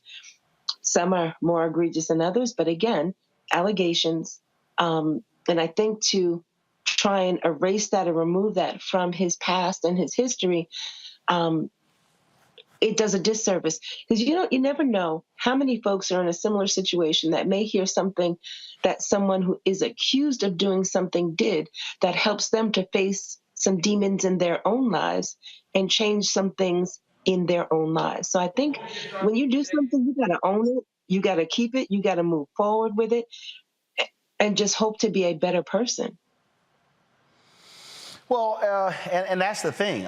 It is just quite interesting to me, Larry, just watching the different reactions and listening to people and just watching how when I see people and when I'm watching and reading these stories, how some say, well, you shouldn't bring these things up because hey, he wasn't found guilty.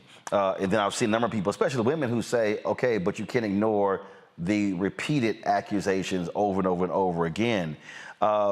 It is as if, and then when I talked about how Bomani broke this thing down on his podcast when he kept saying, we got to stop with this whole idea of, he was this complicated man. He's like, you have to confront what that complication was. Here's some of that particular podcast. I listened to it today when I was flying from Los Angeles, and I found it to be quite interesting and compelling. Check it out. These circumstances that so many people have given up on, and these neighborhoods that even cops are scared to roll up on, and these gangs that even the cops are scared to do anything with. Jim Brown's walking in dealing with them broker intruders. And by the way, this is a world and causes that a whole lot of our more erudite bourgeois folks that claim to care so much ain't care nearly as much about those dudes. Care about them kind of in theory and in an academic way, but on the boots on the ground sort of way, hey, man, take a man to do that. And that man was Jim Brown. And that man was consistently Jim Brown. But what's interesting about American when he started it, I found this right before I got on the show. He said that he had based the American Foundation around three things: the determination of Malcolm X, the recovery program of Alcoholics Anonymous, and the capitalism of Ronald Reagan. See, this is why it's interesting when Jim aligned himself with Trump and people were so shocked and so saddened. I was like, what are you talking about? Jim Brown's a capitalist. Like, this is what he's about. Jim Brown also endorsed Nixon in 1972. Now, something to think about, though, with Brown and his endorsement of Nixon. James Brown also was a Nixon endorser. Wilt Chamberlain, too. Though with Wilt Chamberlain, people looked at it like he kind of got fooled. There was a consistency with James Brown and Jim Brown on this. And these are two, again, man, right? Like that standard idea of masculinity. But these are also up from like bootstrap type dudes. Like they really believe that. James Brown really looked at himself in that way and truly believed that the path for black people was self-determination. The self-determination was going to be the thing that made it happen, not the ideas that liberal politics typically have of what black people need. They just believe, hey, man, give us a chance and we're going to go over here and we're going to make it work. There's a consistency there in that ethos for these guys who really believe in capitalism and really believe in this, right? Like, it's there. That's why I say Jim is not complex. It is not complex that Jim Brown would align himself with Donald Trump. And the reason it's not complex that he would align himself with Donald Trump is that Donald Trump would be willing to meet with him, which I feel somewhat confident a whole lot of these other presidents would not. And by the way, I did a Google image search on that too, right? It's in the most thorough search, so I could be wrong. I couldn't find no pictures of Jim Brown with Jimmy Carter. I couldn't find no pictures. Only picture I found of Jim Brown with Bill Clinton, they were both on some panel.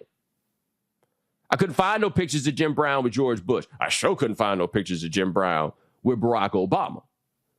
Them dudes wasn't meeting with Jim. Trump would. And you know why Trump would? Because Trump ain't tripping off the fact that you put your hands on a few women.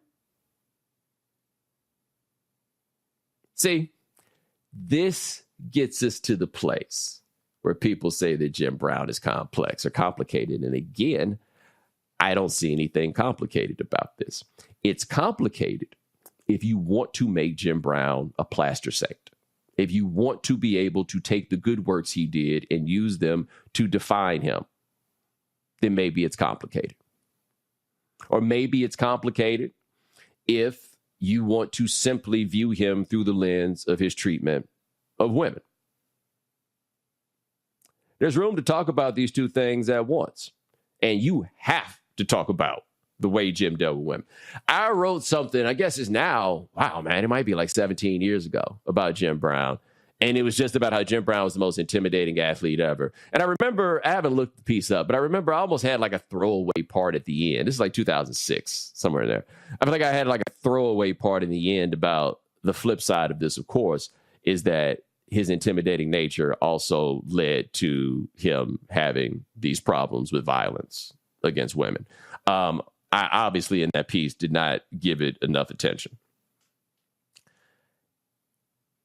In this time, we're not as willing to just kind of be like, yeah, but about the violence that Jim perpetrated against women. And part of why I think that we were so willing to do that for so long with him is because Jim Brown was a man, right? Even if you saw this as being negative behavior, I think a lot of people viewed that as an extension of the hypermasculinity that he projected. Almost, can't make an omelet without breaking eggs kind of situation. Like, I think that's how a lot of people Folks, if you want to hear those things. The rest of that, what you should do is you should pull up Bomani's podcast, The Right Time with Bomani Jones. Final comment from each one of the panelists. Tarun, I'll start with you. You know, it's a difficult thing to get into because, look, nobody is saying that it's right to abuse anybody. Nobody's saying that somebody who from that time didn't have some demons. But my thing is you have to take everybody in totality, sort of like Bomani said on the podcast. You know, you have to look at the work he did with communities who everybody had pretty much written off. You have to look at what he had to face being a football player, then moving from football into being an activist when there was a real serious risk of losing your life and losing your freedom just from that. You have to look at this person in the full spectrum. I'm not saying that you have to discard the things about him that may have been negative, but we have this tendency, and especially when it comes to black men, to the minute something happens where they pass on, we pull out everything negative and we use that to kind of leverage against everything else they've done. If we're going to have that conversation, conversation has to be balanced about their good and their bad. That's all I want. Larry. Yeah, I think that, certainly, like I said, I have to go back and listen to the podcast. He makes some excellent point and really good analysis. I think the other thing is when we talk about issues related to intimate partner violence, and like I said, when I go back to it, because we're discussing this issue, is I agree with my colleague, you have to, you paint this tapestry of someone's lived experiences, but we have to remember this is one of the things I always felt in the black community when people talked about Mr. Brown and his, particularly my father, about how kind of watching him play, et cetera, that this is always kind of like he described, Jones described in his essay. He talked about the end, like people and father and other folks will talk about this very end. But this is something when we talk about value in black women and other women, we have to put to the forefront. And really, we should be leading with this, and then but also offer context to the other things he's done in the field, his civil rights work, et cetera. But we have to confront this because this is an issue that's impacting the lives of women throughout not only the U.S. but throughout the world. Shannon. As much as so many folks have tried to say, it's not a complicated issue. It kind of is. From the perspective of women deal with a lot of issues, gender-based issues, and up until recently, and still sometimes, they get dismissed just because it's a woman that says whatever she says. We look at men for what they do positive, and whatever issues, gender-based issues they may have with women, that's personal. That's over on the side. That's, whatever. But it isn't. When we look at folks that we put up on a pedestal, we have to look at everything, not necessarily judge, but don't turn a blind eye either. Keep it, that phrase we all like to use, keep it real? Keep it real. He was a man that had an awesome football career. He had an awesome acting career. He had an awesome civil rights career. He did a lot of good work, but he did some things that mayhaps he shouldn't have. And I think to look at one without the other, in a way, diminishes a little bit of the good that he did. Indeed. Folks, going to go to a break. We come back. Our Marketplace segment right here on Roland Martin Unfiltered on the Black Star Network. Black Star Network is here. Oh, no punch! I'm real revolutionary right now. Thank you for being the voice of Black America. All momentum we have now, we have to keep this going. The video looks phenomenal. See, there's a difference between Black Star Network and black-owned media and something like CNN. You can't be black-owned media and be scared. It's time to be smart. Bring your eyeballs home. You dig? Hatred on the streets, a horrific scene, a white nationalist rally that descended into deadly violence. White people are losing their damn minds.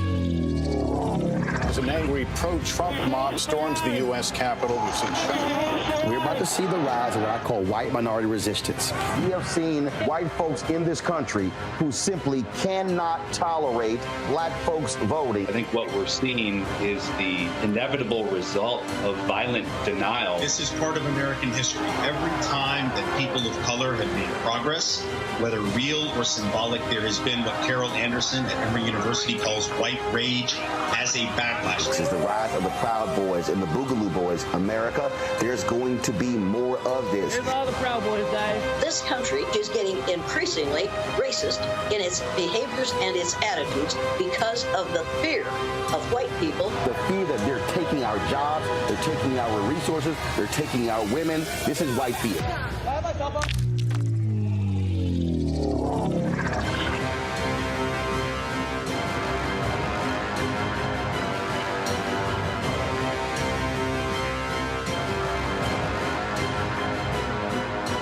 Hi, this is Essence Atkins. Hey, I'm Deion Cole from Blackish. Hey, everybody, this is your man Fred Hammond, and you're watching Roland Martin, my man, Unfiltered.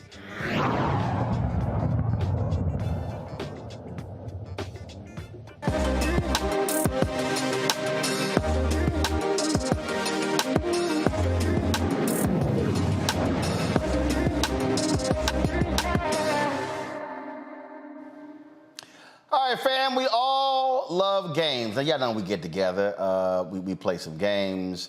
Some of us play spades, some of us can't play spades.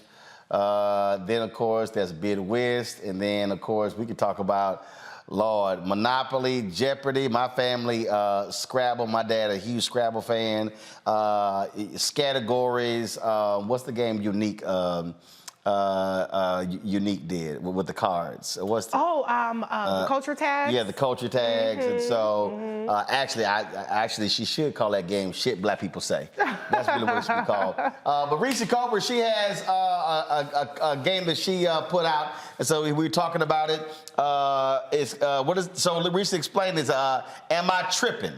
Okay, yes. So so walk us through, Am I Tripping? So the concept is really simple. There are 100 game cards in the deck, and on each of these cards, there are scenarios written down that are meant to spark. I picked out some of the best ones, because Roland is so opinionated. So I said, okay, I gotta get Roland to chime in on if the person on the card is tripping or not. And so the topics cover dating, relationships, marriage, parenting, money issues. Like I saw one today. Actually, it was one today. And it wasn't a card, y'all. It was real life. So apparently, this woman gave her friend a $400 baby shower gift, and her friend had a miscarriage, and homegirl was like, "Should I ask for the gift back?" No, you need your ass whooped. Right, you're tripping. Yeah, you need your ass whooped. Right. Exactly. So you have these. So okay, let's see here. So one of these here, the most I will tip for a takeout order is $5, regardless of the order amount. Am I tripping?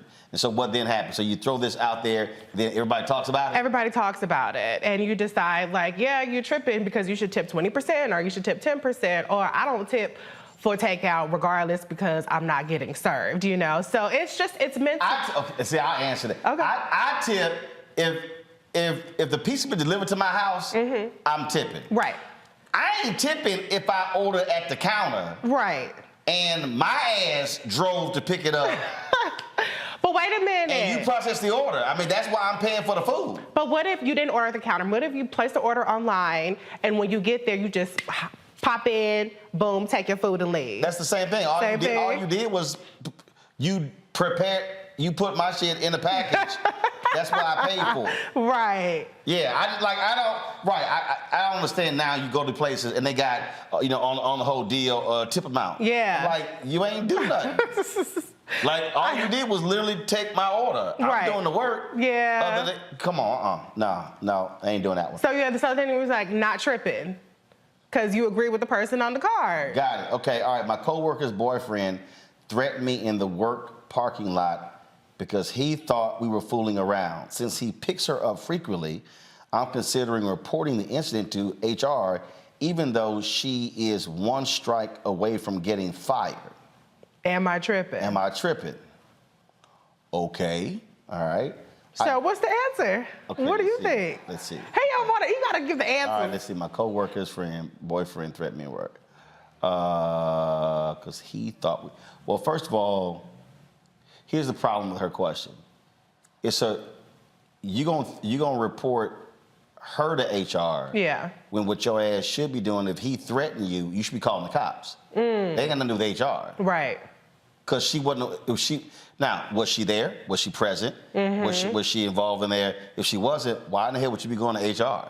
Well, so this is where the fun of the game is. You fill in the blanks. It's like an open-ended hypothetical, and then you say, well, it depends. Like, if homegirl was out there watching her boyfriend threaten me, then yeah, it's an HR issue because this happened at work.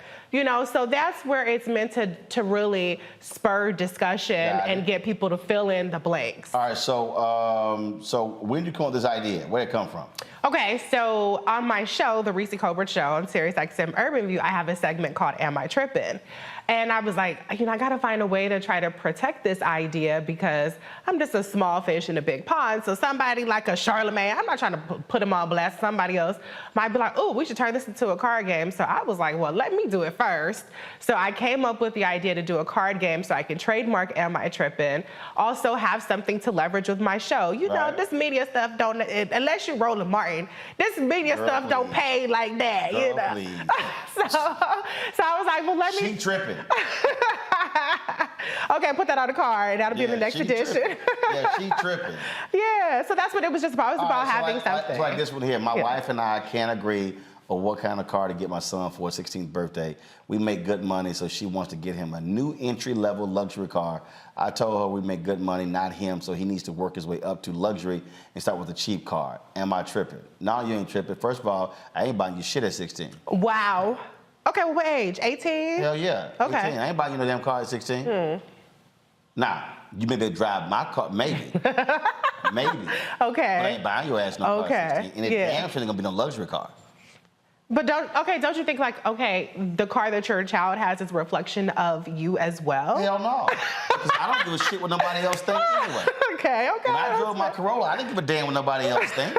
That shit was paid for. Right, okay. Like right now, my Navigator will be 15 years old in November. It's been paid for since the day I drove it off the lot. Wow. Y'all can kiss my ass if you got a problem with me having a 15-year-old car. There's nothing wrong with that. Guess what? Your ass got a note. I don't. Okay. Yeah. Okay. But see, I would want to buy my daughter a luxury if I had the means to do. I would be like, oh, girl, you got to sign. Her ass getting a cheap damn car. No, he right. What Bill Cosby said in the Cosby Show? Oh, I don't know what he say. When he said no, me and your mama rich. Yeah. Well, there's a lot of this going around. You ain't rich. Yeah. I'm with him on that. No. Yeah. That ain't happening. I think Shaq, that was a video, Shaq did that. He told his son, I think his son graduated like, say, get whatever car you wanted. So his son went and he wanted, he wanted the Charger. Oh, okay. But the top of the line Charger. He was like, oh, hell no, you ain't getting that. He said, get the entry level. He said, I got that one. You ain't getting that right, one. Right, so yeah, I'm with him on that one. All right, let's see here. Who am I starting with? Larry. I guarantee you, Larry probably already had dinner conversation like this already. Right. So Larry, what do you think about Am I Tripping? You already know. First of all, Reecie, congrats on all your success. I say you're killing it. I love the game idea. I think it's great. I think it's going to be a hit. Make sure you let us know what the website is so I can go and support you, sister. That's first of all.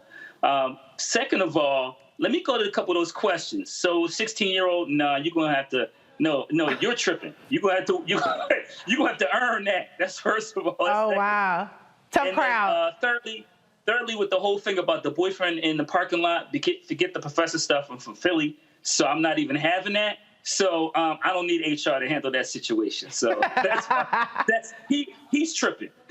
So that's my answer. I love that. Yeah, one of the things I forgot to mention. So in each package, I decided instead of making it a card, I was going to make it an insert because people want 100 cards. They don't want 99 cards plus an instruction cards. Right. So I have this insert with each package that gives you some ideas. So small ass writing. I know. know, but look, it's 4x6. It's like 12 cents to print this, okay? So, you know. Damn, girl, you need to increase the damn type. I got good eyes, but damn. Well. See, you should use both sides of it, see. Okay. I'm taking advice from the entrepreneur, from the guru. Big-ass print. Yeah. Look at the ass print. You put a magnifying glass in that damn box as well. And listen, everybody got a phone. Take a picture and zoom in. Boom. Problem solved. See right there. See right there. No, use both sides. You're already paying for it. Yeah, that's a good point. Okay, free advice. Shannon, go I'll ahead. take it. Wow. So, there's a lot of tripping going on from them questions. My 16-year-old is not getting a brand new luxury car. You're going to get a Fred Flintstone mobile and hope you got some good shoes on to be able to make them brakes work when you need to make them brakes work. Unless you got your own thing going. I'm sorry. As far as fast food, I'm going to pick up food and I'm tipping. You tripping if you think I'm tipping. If I'm coming to get in my car, use my gas to get over the way. No, it's not happening. And as far as the HR, the parking lot, and all that, there is a song that I listen to. It's called "Try Jesus, Don't Try Me," because I like hams. Yeah. I'm gonna leave it there with that. I know that's right. All right, so now these questions, did most of these come up on the show? In dinner parties, how'd you come up with the questions? So I came up with the scenarios. I came up with them. Some of them are kind of from my personal life, you know, with a little spin on it to protect some people. The HR one, it's not me, but it's people that I know have been involved in a lot of these scenarios. And then other things are just kind of like, some of them are simple, like I don't tip more than $5 on takeout, because the idea is like, you know, these are kind of scenarios that we all find ourselves in. So some are scandalous, some are very simple. And then I have cards in there where it's about sharing your own story. I put one in there for you, Roland, because I know you have to tell people no a lot. Yeah. So one of the cards, I think it's in that deck you have, it asks, you know, share a true story about a time where you said no to somebody that made you think, am I tripping? So on every card, it does. I never thought I was tripping. Well, so you just already know you're never tripping. Okay, well, that's. If I tell your ass no, no means no. But sometimes you say no and do you ever feel bad about saying no? No. Okay, well, it does not apply to you. Hell no, I don't feel bad. I know you don't. If I tell your ass no, the answer's no. The answer is no. And I feel perfectly fine. So you can call other people tripping, but you never tripping. Hell no. Okay. I'm not about to sit. If you ask something, no. That's a full sentence. Why do I feel bad? Right. It's a full damn sentence with a period. Yes, point blank at the period. Absolutely. I think this one here. I think this one. Let's see. I think this one applies to Toe Run. Oh boy. No, I think this. After a night of drinking, my friend got sick and threw up in my car. I told him he needed to give me money to get it professionally clean, but he said it was my fault for pressuring him to keep drinking. I did keep buying shots, but as a grown man, he should have known his limits. Am I tripping? Oh Lord, you gonna put that one on me? Hell yeah, put it on you. It's ironic because I've had that situation before. And see, there we go. Look, I say it straight up. Look, you should be thanking me because if I'm designated driver and I'm getting you home without you having to lay on the ground, you need to be hooking me up, man. I did take one of the shirts that he took off and used it to mop up some stuff, so I didn't get tripped at all. I wasn't tripping. I didn't feel like it. I'm making his head clean it up, even in his drunk state. Oh wow, you're not gonna wait till the next. Well, it does stink after a whole. That funk not gonna be about in the car. No. It takes some days to air it out. Your drunk ass cleaning up right now. Look, I have never thrown up in anybody's car, but this is a true scenario. I do have a friend who threw up in her purse to avoid throwing up in my car. So I was like, thank you. And I bought her a new purse to thank her. I can't stand being around drunk. If you drunk. Well, you don't drink. But if you drunk, I don't mind you drinking. But yeah. You get to the point when you drunk and you throwing up. Yeah. Oh, hell no. Hell no. You know your limits. Yeah, we got problems. All right, I want to throw this last one out. Each panelist answer this question. My pet peeve has been around people who never have cash. Yes, I know there are cash transfers, apps, and cards, but I think it's crazy not to even have at least $2 on you at all times. Am I tripping? Larry? listen, we become a cashless society. There are times I think I have cash and I don't because we use it so infrequently. So no, it's, society's transitioning. You don't have cash, you don't have cash. Shannon? So I try to keep an emergency bill of some amount somewhere very deep in my wallet for that emergency, because you never know when something's going to happen. And even the establishment you go into may have an issue with a card and there's something you want. So I do try to keep a little bit of cash. But during the height of COVID, we didn't keep cash. We didn't even have change. Supermarkets didn't even give change when you went to go pay for something, even if you used the card. So I think it's really up to the individual. And if you tripping if you let somebody else's opinion on what's in your wallet matter to you. Toron? No, I don't think it's tripping. I haven't seen a physical dollar in like 5 years. So you know what I mean? Nobody really carries cash anymore. I was cleaning the house a couple of days ago and found some money that fell out of a box that I had and stuff that I forgot was in there. So no, I don't think it's tripping. Nobody really carries it. Do we need to? It might be a good idea to have something because you never know. But no, I don't think it's tripping in this day and age. No, so this ain't tripping. What's tripping is if your ass ain't got no money. Right. What's tripping is when your ass come to the lunch or the dinner, even if you're a family member, and you know your ass broke, and you order some damn food, and then you looking for your brothers and sisters or mamas and daddies or somebody else to pay, and you knew your broke ass didn't have no money. Yeah. Your ass treated. Well, wait a minute. Let me ask you. You should have ate before you got here, drank some water, eat the free ass nachos. But I know your ass not gonna order no appetizer, no entree, and some dessert when you know you ain't got. See right there now. Again, if you ain't got no cash, cool. Yeah. But your ass about to be cash happy. Right. There you go. At least ask somebody ahead of time. So pull somebody to the side like. I want to go out. But I'm short right now. Can you hook me up before you even go out there? Don't just go up and do that. Let me say it again. Your ass ain't got no money. You got no business ordering anything unless it's been established up front that somebody else is paying for the whole dinner. Yeah. You need to sit there and eat before your ass get there. You need to drink you some water. Drink that free ass bread, and don't you order nothing. That's cold. You don't feel uncomfortable when somebody is like in front of you with no. Sit your broke ass there. Jeez. First of all, why am I uncomfortable? Because your ass broke. For me, if I'm eating, we all eat it. I think you tripping, rolling. Hell no. Especially if I had to pay for your ass the last 4 or 5 times. Okay. See, No, that's different. Well, wait a minute. If you pay, do you believe that you pay everything, including the tip? That's one of the cards. Or does if you pay, then the people that you're treating pay for the tip? No, first of all, if I'm inviting people, and I'm paying for everything, I'm paying for everything. There you go. We doing that. Okay. But no, if your ass ain't got no money. But you don't invite broke people out with you. You like, you gotta. No, I ain't inviting broke people. I wouldn't invite, but if you're there, my feeling is if you're there, I eat, we all eat. I don't want nobody who's sitting up there, oh, I'm just gonna have some fries because I only got $3. Don't your ass come. Don't you bring. Can I interject for a second? Can I interject for a second? My husband and I have been married for 25 years.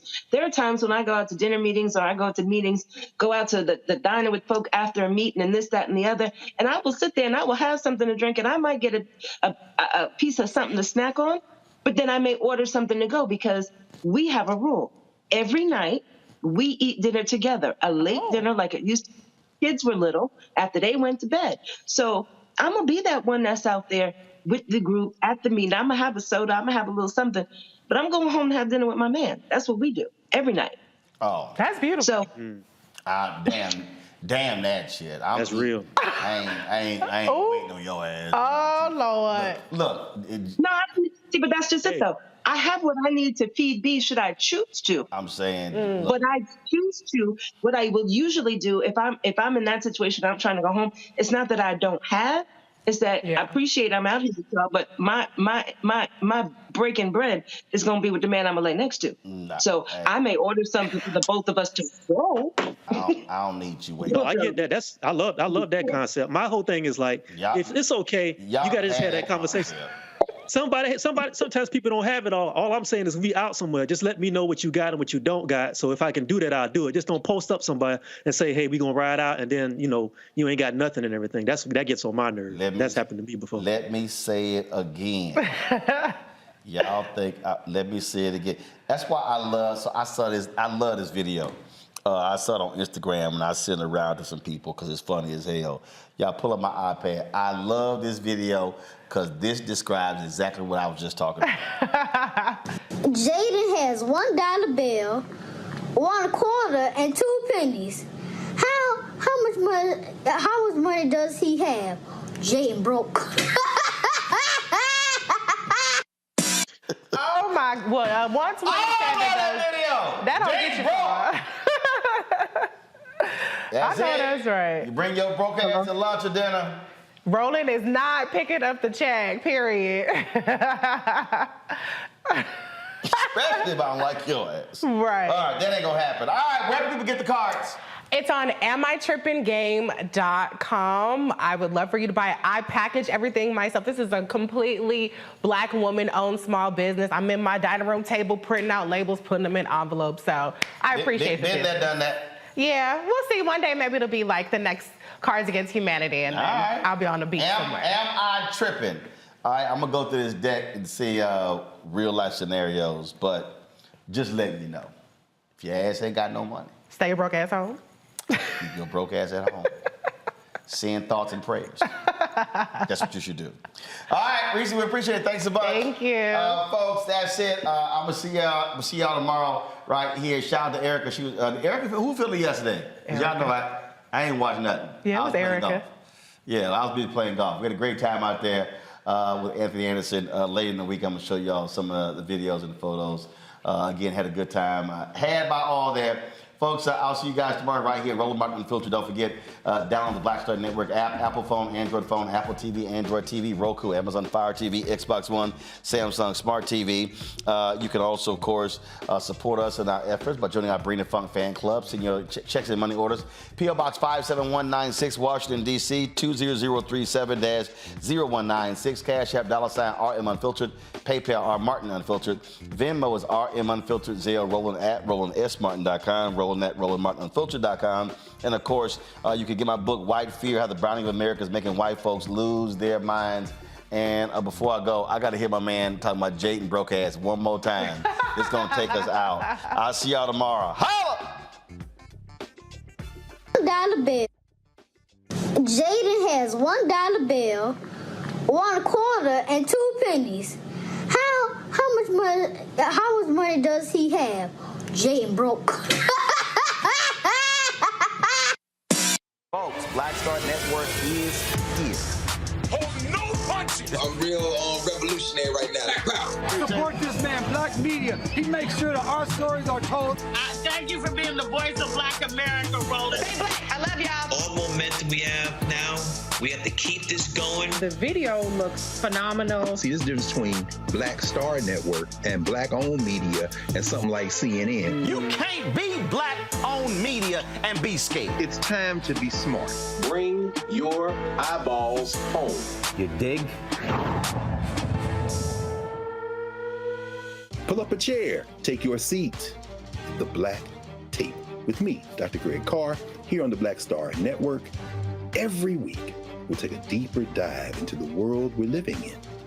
Join the conversation only on the Black Star Network. Hi, I'm Dr. Jackie Hood Martin, and I have a question for you. Ever feel as if your life is teetering and the weight and pressure of the world is consistently on your shoulders? Well, let me tell you, living a balanced life isn't easy. Join me each Tuesday on Black Star Network for A Balanced Life with Dr. Jackie. We're all impacted by the culture, whether we know it or not. From politics to music and entertainment, it's a huge part of our lives, and we're going to talk about it every day right here on The Culture with me, Reecie Muhammad, only on the Black Star Network. I'm Deborah Owens, America's Wealth Coach, and my new show, Get Wealthy, focuses on the things that your financial advisor and bank isn't telling you, but you absolutely need to know. So watch Get Wealthy on the Black Star Network.